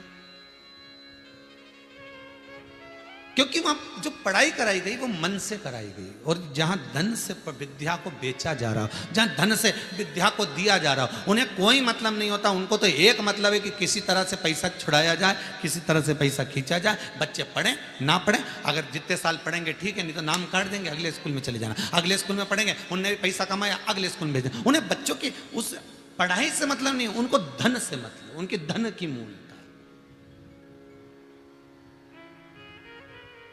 जहां पर मन दिया जाए, जहां पर मन से प्रदान किया जाए, उसका एक आनंद ही दूसरा, उसका एक सुख ही दूसरा।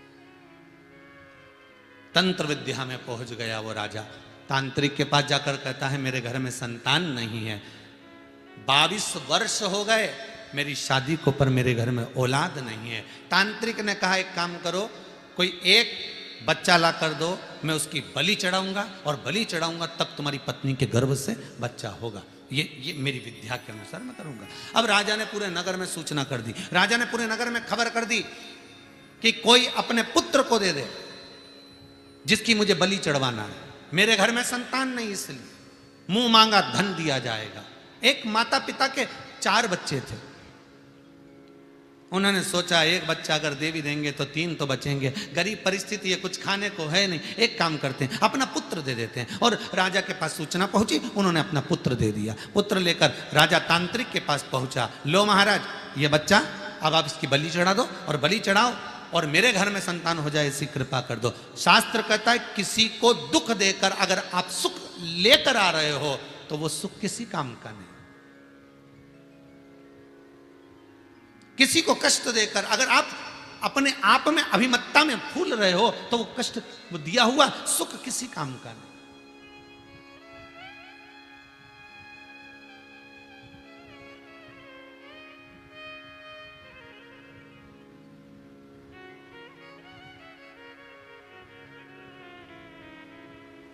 आज हमारे वो प्रशांत जी कह रहे थे इटारसी वाले, तो प्रशांत जी बोले कि गुरुदेव वो हमको टीका लगवाना है वैक्सीन, तो अब हम इटारसी तो जा नहीं सके तो हम यहीं लगवा लें। हमने कहा बिल्कुल लगवा लें।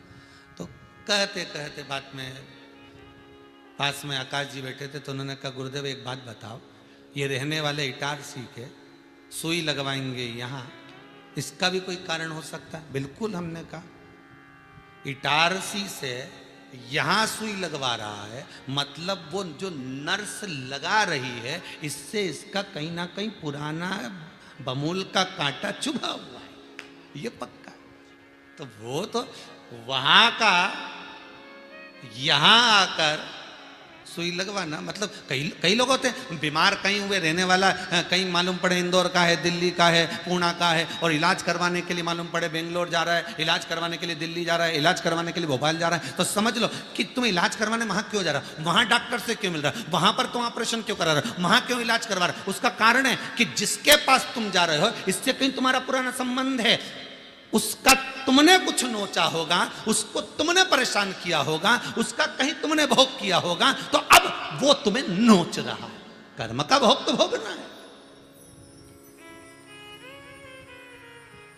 ये जितने परिवार में लोग रहते हैं ना, पति पत्नी भाई बंधु सखा सास ससुर नाते रिश्ते पुत्र पुत्री, ये सारे जितने भी तुम्हारे घर में रह रहे हैं, हमारे घर में रह रहे हैं, परिवार में रह रहे हैं, ये सब तुम्हारे कर्म के अनुसार मिले। कोई तुम्हें नोचने वाला मिलेगा, कोई तुम्हें समझाने वाला मिलेगा, कोई तुम्हें साधने वाला मिलेगा, ये सब पुराने तुम्हारे लेन देन वाले हैं। मालूम पड़े तुम्हारे तुम कमा कमा के लाते जा रहे हो, ये खाते जा रहे हैं, तो मन तो दुखे ना। कई बार मन में आता है बताओ बेटा रहता दिन भर खाता रहता है, इसको कुछ करना चाहिए ना, पर वो तुम्हारा खा रहा है। क्यों खा रहा है? क्योंकि पूर्व में तुम उसका खाए थे, तो आज वो तुम्हारे घर में पैदा हो गया तुम्हारा खाने के लिए।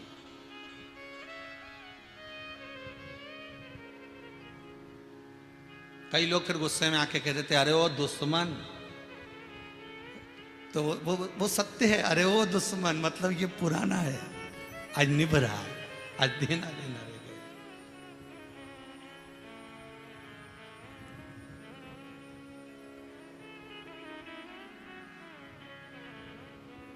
मत बुरे कर्म कर बंदे वरना पछताएगा, भगवान की आंखों से तू बच नहीं पाएगा, तू बच नहीं पाएगा। उसने ऐसी चिप लगाकर ऐसा कैमरा फिट कर कर हमको भेजा है कि तुम कहीं पे भी रहो और कैसा भी कर्म करो वो कैमरे में फिट हो जाएगा। तुम भले धन चुरा कर लाओ, किसी के संग बेईमानी करके आओ, किसी के संग कपट कर आओ, और तुम सोचो कि किसी ने नहीं देखा, मेरे को किसी ने नहीं देखा, पर भीतर से वो देख रहा है। उसने एक चिप लगाकर, एक कार्ड लगाकर, एक कैमरा फिट कर कर मनुष्य को जन्म दिया है। माता के गर्भ से जब बच्चा पैदा होता है कोई ऐसा कैमरा फिट कर दिया जाता है कि ये जैसा कर्म करेगा उसके अनुसार ऊपर फिट हो रहा है, वहां सब दिख रहा है, सब कुछ उनके पास में है कि क्या करा क्या नहीं करा, क्या भोगा क्या नहीं करा, इसने सब कुछ। और जब अगला जन्म लेगा जैसा कि जैसा तूने करा है वैसा कि वैसे तेरे रिश्तेदार तुझे प्राप्त होते चले जाए, मिल जाए।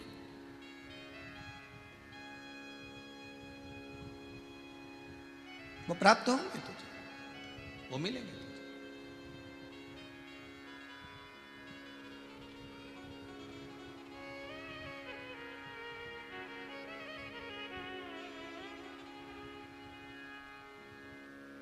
इसलिए वो बालक, तांत्रिक, राजा तीनों हैं।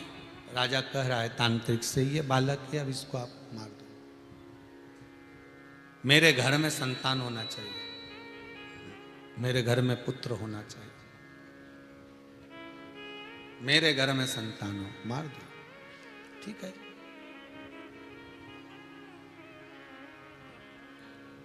अब तांत्रिक ने उस बच्चे से पूछा, बेटा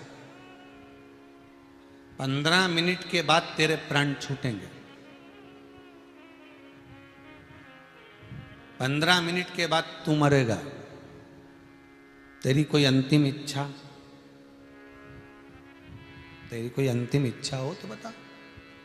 राजा ने कहा, राजा बोला, बोलो बेटा बोलो, बिल्कुल बोलो बेटा, तुम्हारे माता पिता को धन दे दिया गया है, बिल्कुल निश्चिंत हो जाओ, तुम्हारी अंतिम इच्छा बता दो कि तुम क्या चाहते हो। उसने कहा, मेरी अंतिम इच्छा एक है, एक बोरी भरकर बालू रेत ला दी जाए, बस इतनी इच्छा, बस एक बोरी भरकर बालू रेत ला दी जाए। राजा ने अपने दूतों को भेजा, जाइए बालू रेत लाओ। बालू रेत ला कर दी। उस बच्चे ने 4 ढेरी बनाई, 4 ढेरी बनाई। बच्चे ने एक हाथ से पहली ढेरी को तोड़ दिया, दूसरे हाथ से दूसरी ढेरी को तोड़ दिया, तीसरे हाथ से तीसरी ढेरी को तोड़ दिया, चौथी ढेरी नहीं तोड़ी। अब जैसे ही उस बच्चे ने ऐसा काम करना चालू करा तो तांत्रिक भी पसीना बहने लगा कि ये मुझसे बड़ा तांत्रिक दिख रहा है। इसने 3 ढेरी तोड़ी और 1 नहीं तोड़ी, आखिर बात क्या है?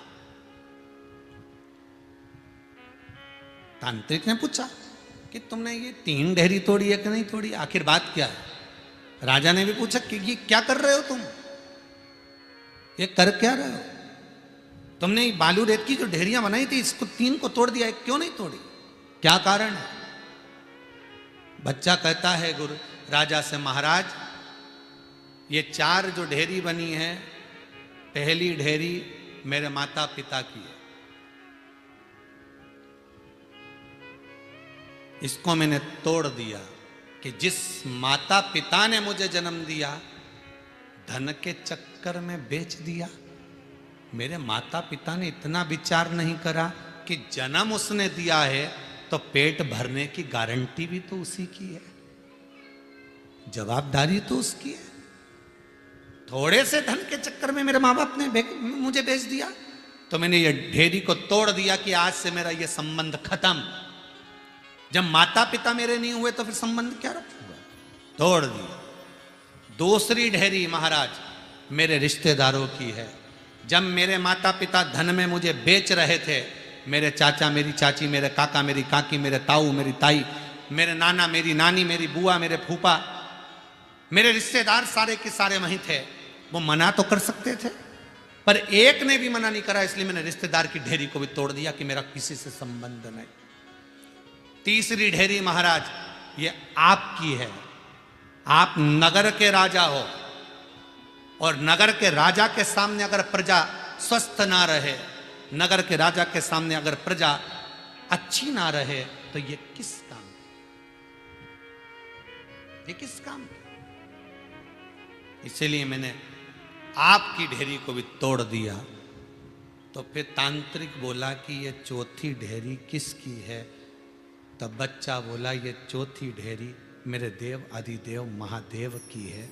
अब मैंने परिवार को देख लिया, रिश्तेदारों को देख लिया, राजा प्रजा को देख लिया, अब बस उसकी आस लगा कर बैठा हूं कि अब उसको देखना है कि उसका निर्णय क्या है, वो मुझे मारेगा कि बचाएगा। अब उस पे छोड़ दिया।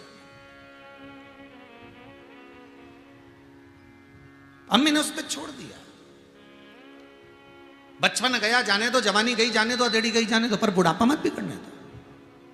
संसार के लोग तुम्हें कितना भी ताना दे, परिवार अगर साथ नहीं दे रहा कोई बात नहीं, नाते और रिश्ते साथ नहीं दे रहा कोई बात नहीं, सास ससुर साथ ना दे रहा कोई बात नहीं, भाई कुटुंब परिवार साथ नहीं दे रहा मत देने दो। कोई कहता है हमारा पति साथ नहीं दे रहा, कोई कहता हमारी पत्नी साथ नहीं दे रही, मत देने तो कोई पूर्व का भाग होगा। नहीं दे रहा ना, मत देने दो। अब उसके भरोसे हो जाओ, अब उसके भरोसे जीना चालू करो।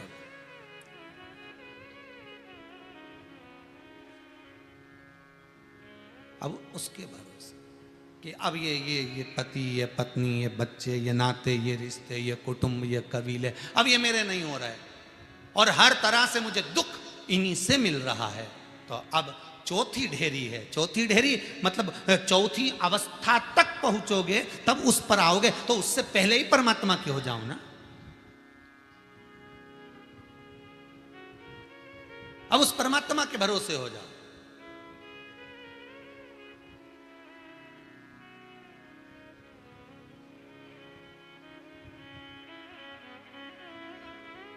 महाराज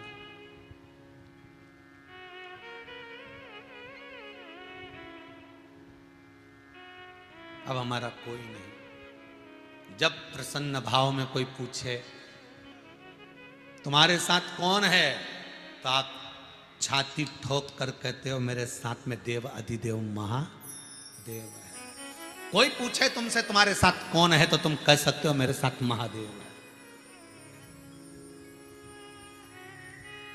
फिर कोई कहे कि मालूम पड़े दुख आएगा तो क्या महादेव आएगा? बिल्कुल बिल्कुल। कितना सुंदर कहा है, अगर मार्ग बंद हो जाए तो दूसरा मार्ग शिव खोल देता। क्यों चिंता कर?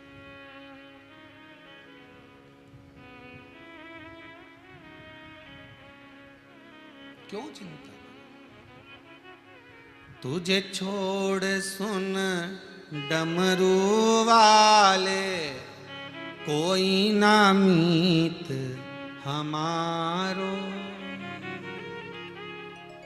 तुझे छोड़ सुन डमरू वाले, कोई ना मीत हमारो।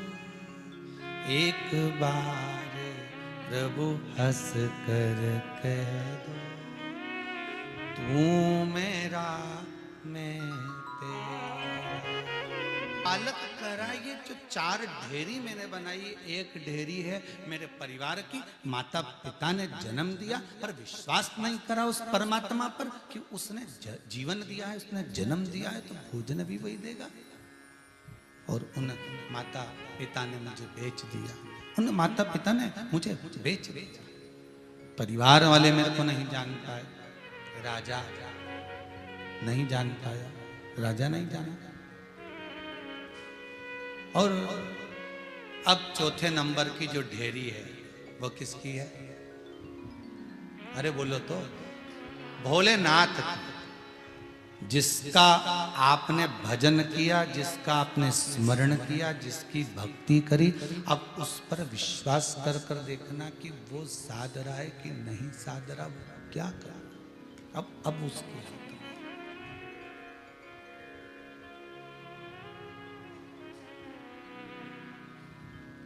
मैंने सारे सहारे छोड़ दिए,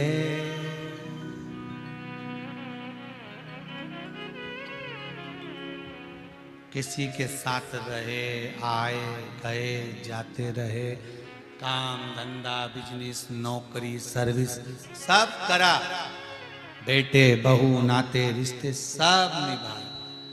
मैंने सारे सहारे छोड़ दिए, बस तेरा सहारा काफी है। अब कोई सहारा नहीं।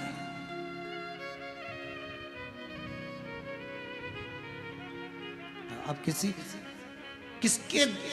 किसके दरवाजे पर जाऊं कहने के लिए? किससे कहे?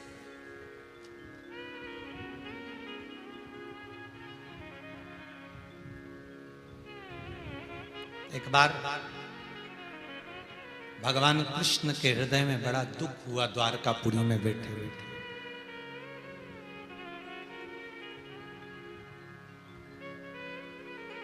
उद्धव जी ने पूछा,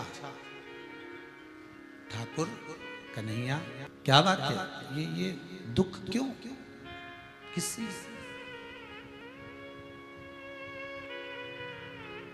किस बात का दुख है आपकी आंखों में अगर आज अश्रु आए हैं तो किस लिए? कन्हैया कहते हैं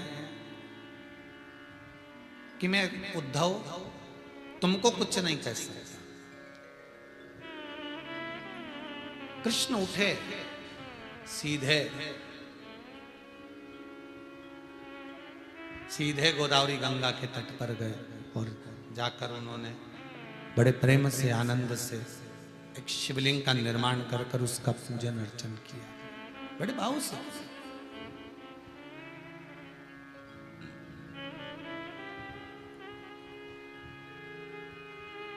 जब पूजन अर्चन किया, कन्हैया के नयनों से अश्रु शंकर के उस शिवलिंग पर गिर गए।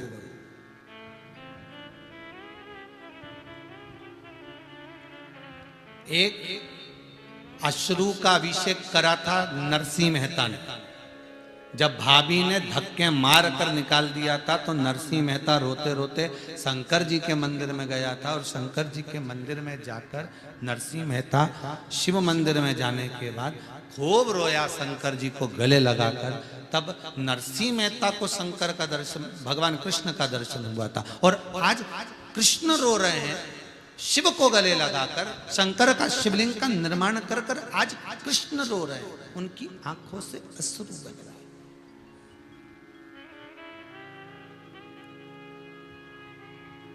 आज कृष्ण रो रहे हैं तो किससे कहें? उद्धव से नहीं कहा, उद्धव जी महाराज से नहीं कहा। कृष्ण अगर रो रहे हैं तो वो सीधे शिव से कह रहे हैं, ए शंकर, ए ओघड़ी, एक दयालु, ए दातार, ए शिव, जिन ब्रजवासियों को मैं छोड़कर आया, ये द्वारका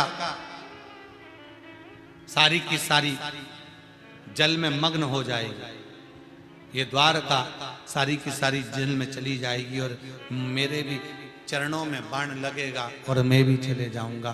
पर कृष्ण शिव से कहते हैं कि मेरे मन का मैं किससे कहूं, मेरे मन का मैं किससे कहूं? एक मौका शंकर दीजिए,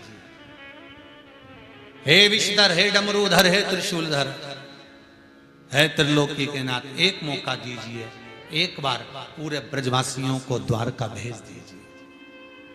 और अगर द्वारका नहीं भी आए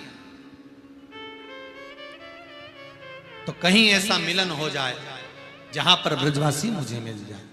और भगवान शिव की कृपा कितनी विचित्र थी, सूर्य ग्रहण आ जाता है और उस ग्रहण में सारे के सारे कुरुक्षेत्र में सारे ब्रजवासी सबकी सब तैयारी कर रहे हैं। तो सबने मिलकर राधा जी से कहा, राधा चलो ग्रहण है, चलो ब्रह्म सरोवर में स्नान करना है कुरुक्षेत्र में चलकर। राधा जी बोलती है, मुझे जाने की जरूरत नहीं है, मैं क्या करूंगी जाकर, मैं क्या करूं जाकर, मुझे जाने की जरूरत नहीं है, क्या करूंगी मैं जाकर।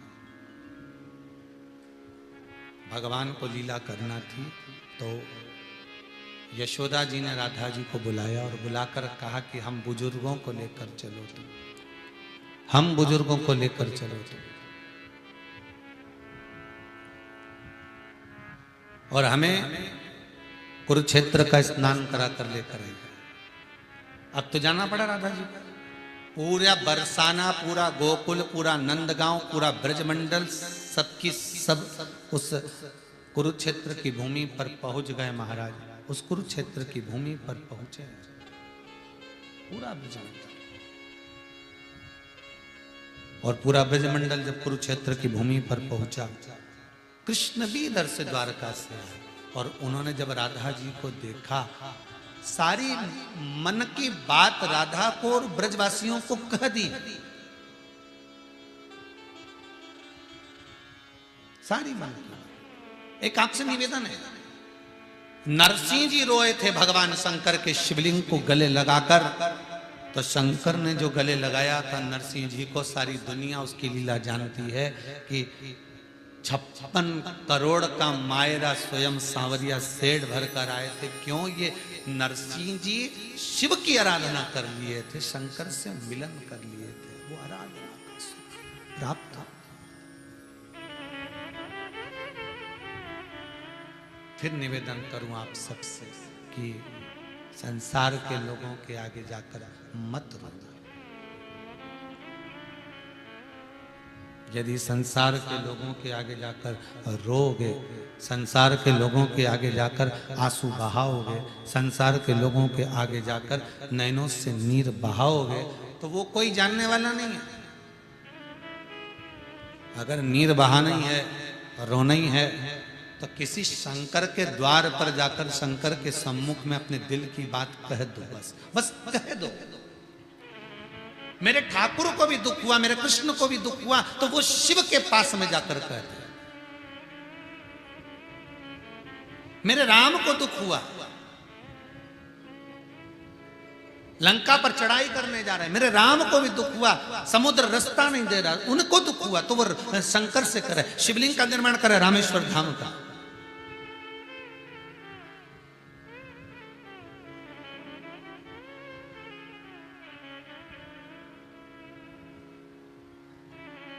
स्वयं नारायण को अगर दुख हो रहा है तो वो शिव के पास जाकर कहते हैं, केदारनाथ जी के रूप में विराजमान हो जाते हैं।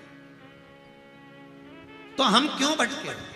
हमारा शास्त्र, हमारा वेद, हमारी पुराणे यही तो करें कि दुनिया के आगे जाकर हाथ मत फैलाना, दुनिया के आगे जाकर मत रोना, दुनिया के आगे जाकर आंखों से नीर मत बहाना। अगर नीर बहाना तो शंकर के दरवाजे पर जाकर कहना कि मेरा भगवान कृष्ण भी आपसे कहा था, मेरे राम ने भी आपसे कहा था, उनका जब दुख मिट गया तो मेरा क्यों ना मिटेगा। बड़ी आस लेकर आया हूं तेरे दरवाजे पर, है शंभु, है त्रिकालदर्शी, है कैलाशी, है अविनाशी, बस तू साध सकता है, तू साध सकता है।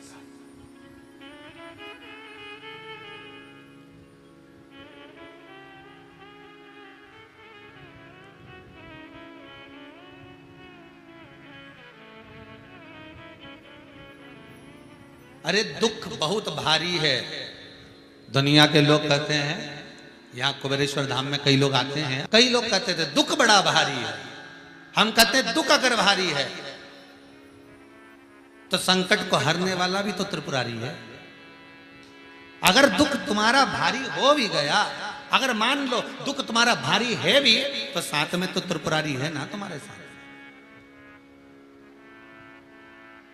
वो रहेगा तो दुख हल्का हो जाए।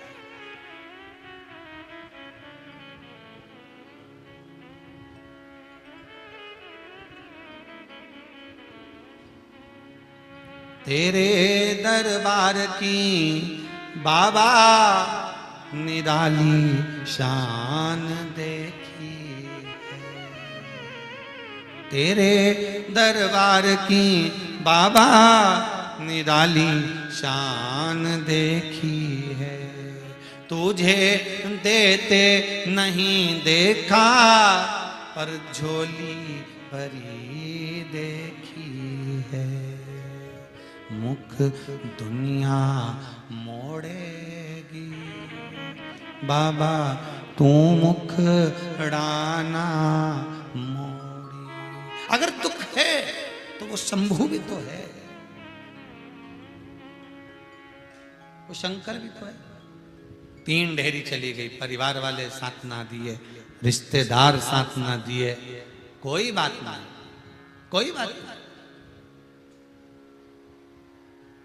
फिर साथ नगर का राजा, वो भी नहीं दिया, अर्थात समाज, परिवार, कुटुंब, कबीला, राज्य आदि ये भी साथ नहीं दिए। तब साथ फिर कौन दे? तो चौथी ढेरी बची हुई थी। तो फिर पूछा, तांत्रिक ने पूछा उस राजा ने कि ये जो चौथी ढेरी है तो ये किसकी है? तो बच्चा कहता है ये देव आदिदेव महादेव की। अब उस पर विश्वास, अब उस पर भरोसा। अब देखना यह है कि इन सब ने तो साथ नहीं दिया, अब देखना यह है कि ये साथ देते हैं कि नहीं देते। बस इतना कहना था, राजा की बुद्धि सुधर गई। राजा ने उस बच्चे को कहा उठकर खड़े हो जा, खड़े हो। पूछा क्यों? मेरी बलि चढ़ना है। आपने मेरी माता पिता को पैसे दिए हैं, मेरी बलि चढ़ा दो। उठो, खड़े हो। तांत्रिक से कहा, अरे महाराज, मान लो इस बच्चे की मैंने बलि चढ़ा दी, उसके बाद भी मेरी पत्नी को संतान नहीं हुई, इसकी क्या गारंटी है? तो एक काम करता हूं ना, इसके माता पिता ने तो बेच दिया, इसको ही अपना पुत्र बना लेता हूं। अब ये महादेव की चौथी ढेरी का कमाल है। इसके माता पिता ने बेच दिया, इसके परिवार वालों ने देख लिया, अब ये किसी काम का है भी नहीं, तो इसको पुत्र क्यों ना बनाया जाए। और फिर उस बालक को फिर राजा लेकर गया, नगर में पहुंचा, राजभवन में सूचना कर दी, राजभवन में हर जगह खबर कर दी कि कल मैं युवराज घोषित कर रहा हूं। और फिर उस राजा ने उस पुत्र को राज सिंहासन पर युवराज का पद दे दिया, युवराज का पद दे दिया।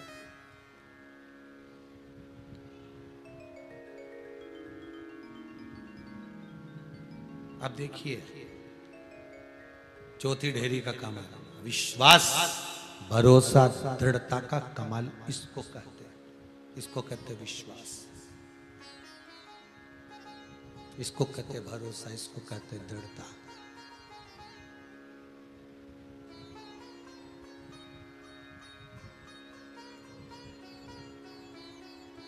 कटने जा रहा था, मरने जा रहा था, प्राण छूटने वाले थे, परिवार ने भी छोड़ दिया था, संगी साथी कुटुंब ने भी छोड़ दिया था, आखिरी में उसने पकड़ लिया, उसने पकड़ लिया।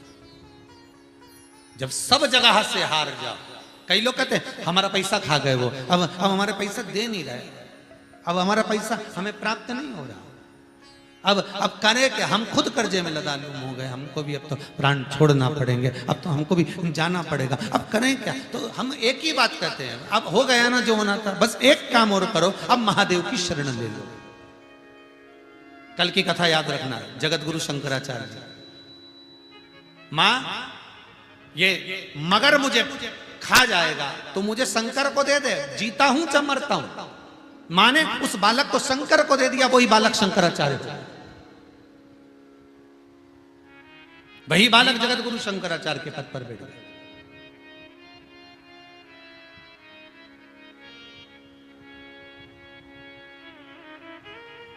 दुख लिखा उसने लिख दिया, सुख लिखा उसने लिख दिया, कितने समय का सुख लिखा ये उसको मालूम है, और कितने समय का दुख लिखा ये उसको मालूम है। पर उस परमात्मा से कहना, उस शंभु से कहना, कालों के काल महाकाल से कहना, मैं दुख झेलने को तैयार हूं, दुख अगर तूने मेरे भाग्य में लिखा है तो मैं झेलूंगी, पर इतना मत देना कि मैं टूट जाऊं, इतना दुख मत देना कि मैं टूट जाऊं, और मेरा विश्वास उठ जाए, इतना दुख ना दीजिएगा कि मेरा विश्वास ही समाप्त हो जाए, इतना दुख ना दीजिएगा कि मेरा भरोसा ही टिक जाए।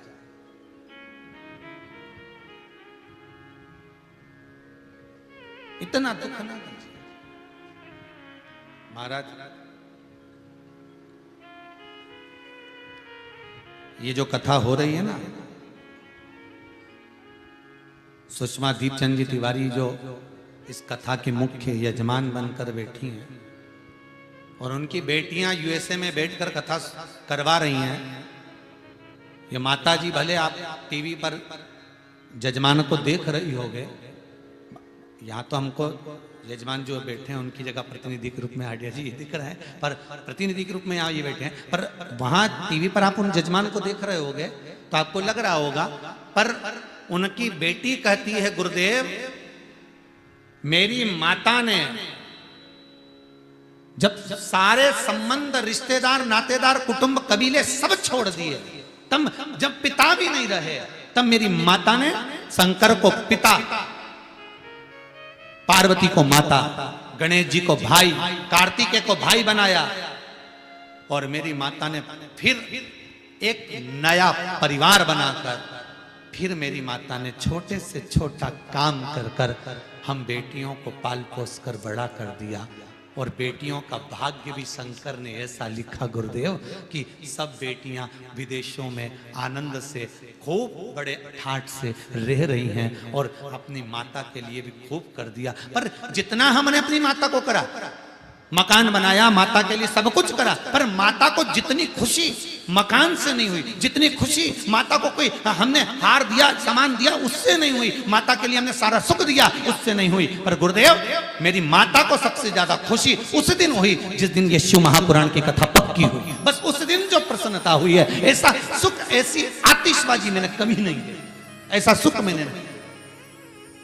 क्योंकि जिंदगी में उसने बहुत दुख देखा था, तो हमने सारी व्यवस्थाएं भी करी उसके दुख के सुख में बदलने के लिए, पर वो सुख उसके लिए नहीं था। उसका सुख तो शंकर में था, उसका सुख तो शिव में समाया। श्री शिवाय नमस्तुभ्यं जपते रहो। कभी तो सुनेगा, कभी तो सुनेगा। आज नहीं सुना, कल नहीं सुनेगा, परसों सुनेगा तो शरीर। जब वो चींटी की सुन लेता है, हाथी की सुन लेता है, दौड़ के आ जाता है गरुण लेकर, तो फिर अपनी नहीं सुनेगा, सुनेगा। बस विश्वास, भरोसा, दृढ़ता कटने मत दो, डूबने मत देना, इस विश्वास को टूटने मत दो। भरोसा कर। आया बच्चा भिक्षुक से राजा बन गया, ये शिव की कृपा हो सकती।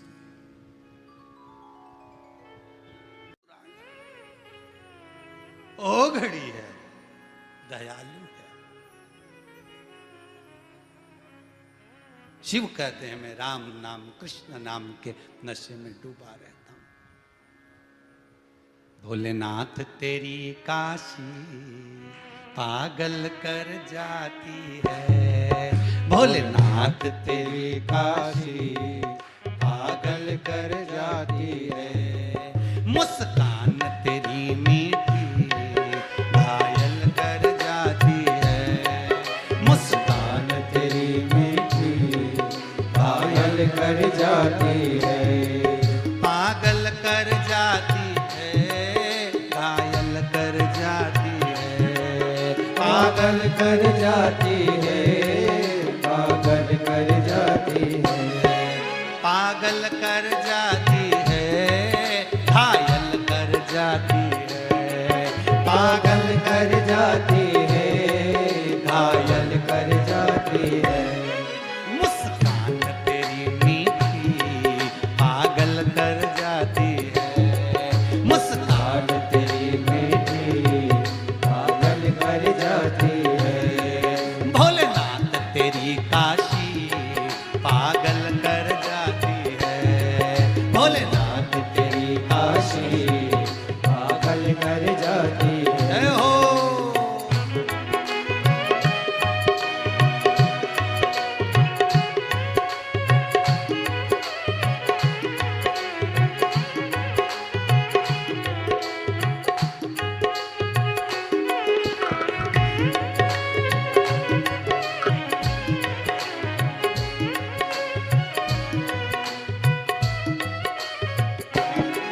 तुम तो ओघड़ भोले, तेरी गोरा गोरी है। तुम तो ओघड़ भोले, तेरी गोरा गोरी है। तुम तो ओघड़ भोले, तेरी गौरा गौरी है। तुम तो ओघड़ भोले, तेरी गोरा गोरी है। इस अनुपम जोड़ी पे दुनिया लुट जाती है, इस अनुपम जोड़ी पर दुनिया लुट जाती है। इस अनुपम जोड़ी पर दुनिया लुट जाती है। इस अनुपम जोड़ी पर दुनिया लुट जाती है। भोलेनाथ तेरी काशी पागल कर जाती है, भोलेनाथ तेरी काशी पागल कर जाती है।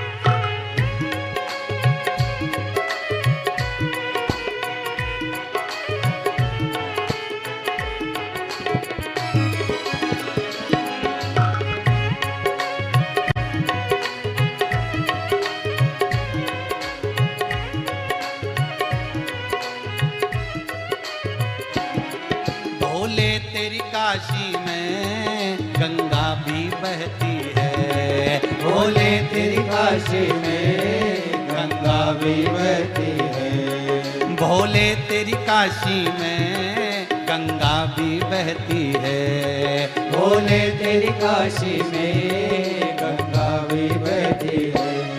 गंगा की लहरों में तेरी ही मस्ती है, गंगा की लहरों में भोले तेरी मस्ती है, गंगा की लहरों में भोले तेरी मस्ती है, गंगा की लहरों में भोले तेरी मस्ती है। मुस्कान तेरी मीठी घायल कर जाती है, मुस्कान तेरी मीठी घायल कर जाती है, भोलेनाथ तेरी काशी पागल कर जाती है, भोलेनाथ तेरी काशी पागल कर जाती है, भोलेनाथ तेरी काशी पागल कर जाती है, भोलेनाथ तेरी काशी पागल कर जाती है। हर हर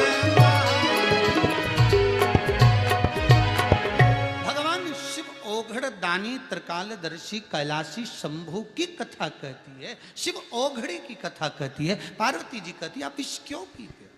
जग को बचाना है इसलिए मुझे विष पीना पड़ेगा, जग कल्याण के।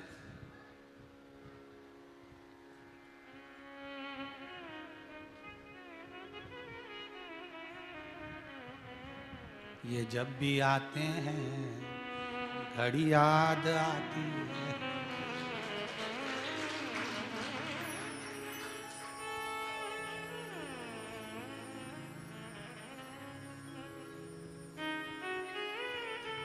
अच्छा कई बार लोग फोन पे पूछते हैं गुरुजी सब लोग अब कथा में बैठते हैं तो कई लोग मोबाइल लेके बैठते हैं, कई लोग घड़ी लेके बैठते हैं, तुम भी तुम्हारे हाथ में घड़ी बांध के बैठते हो पर देखते तो हो ही नहीं, तो क्या देखें? जाए समझ लो टाइम चालू हो गया, आए तो समझ लो टाइम खत्म हो गया। बोले सो तो बोले क्या?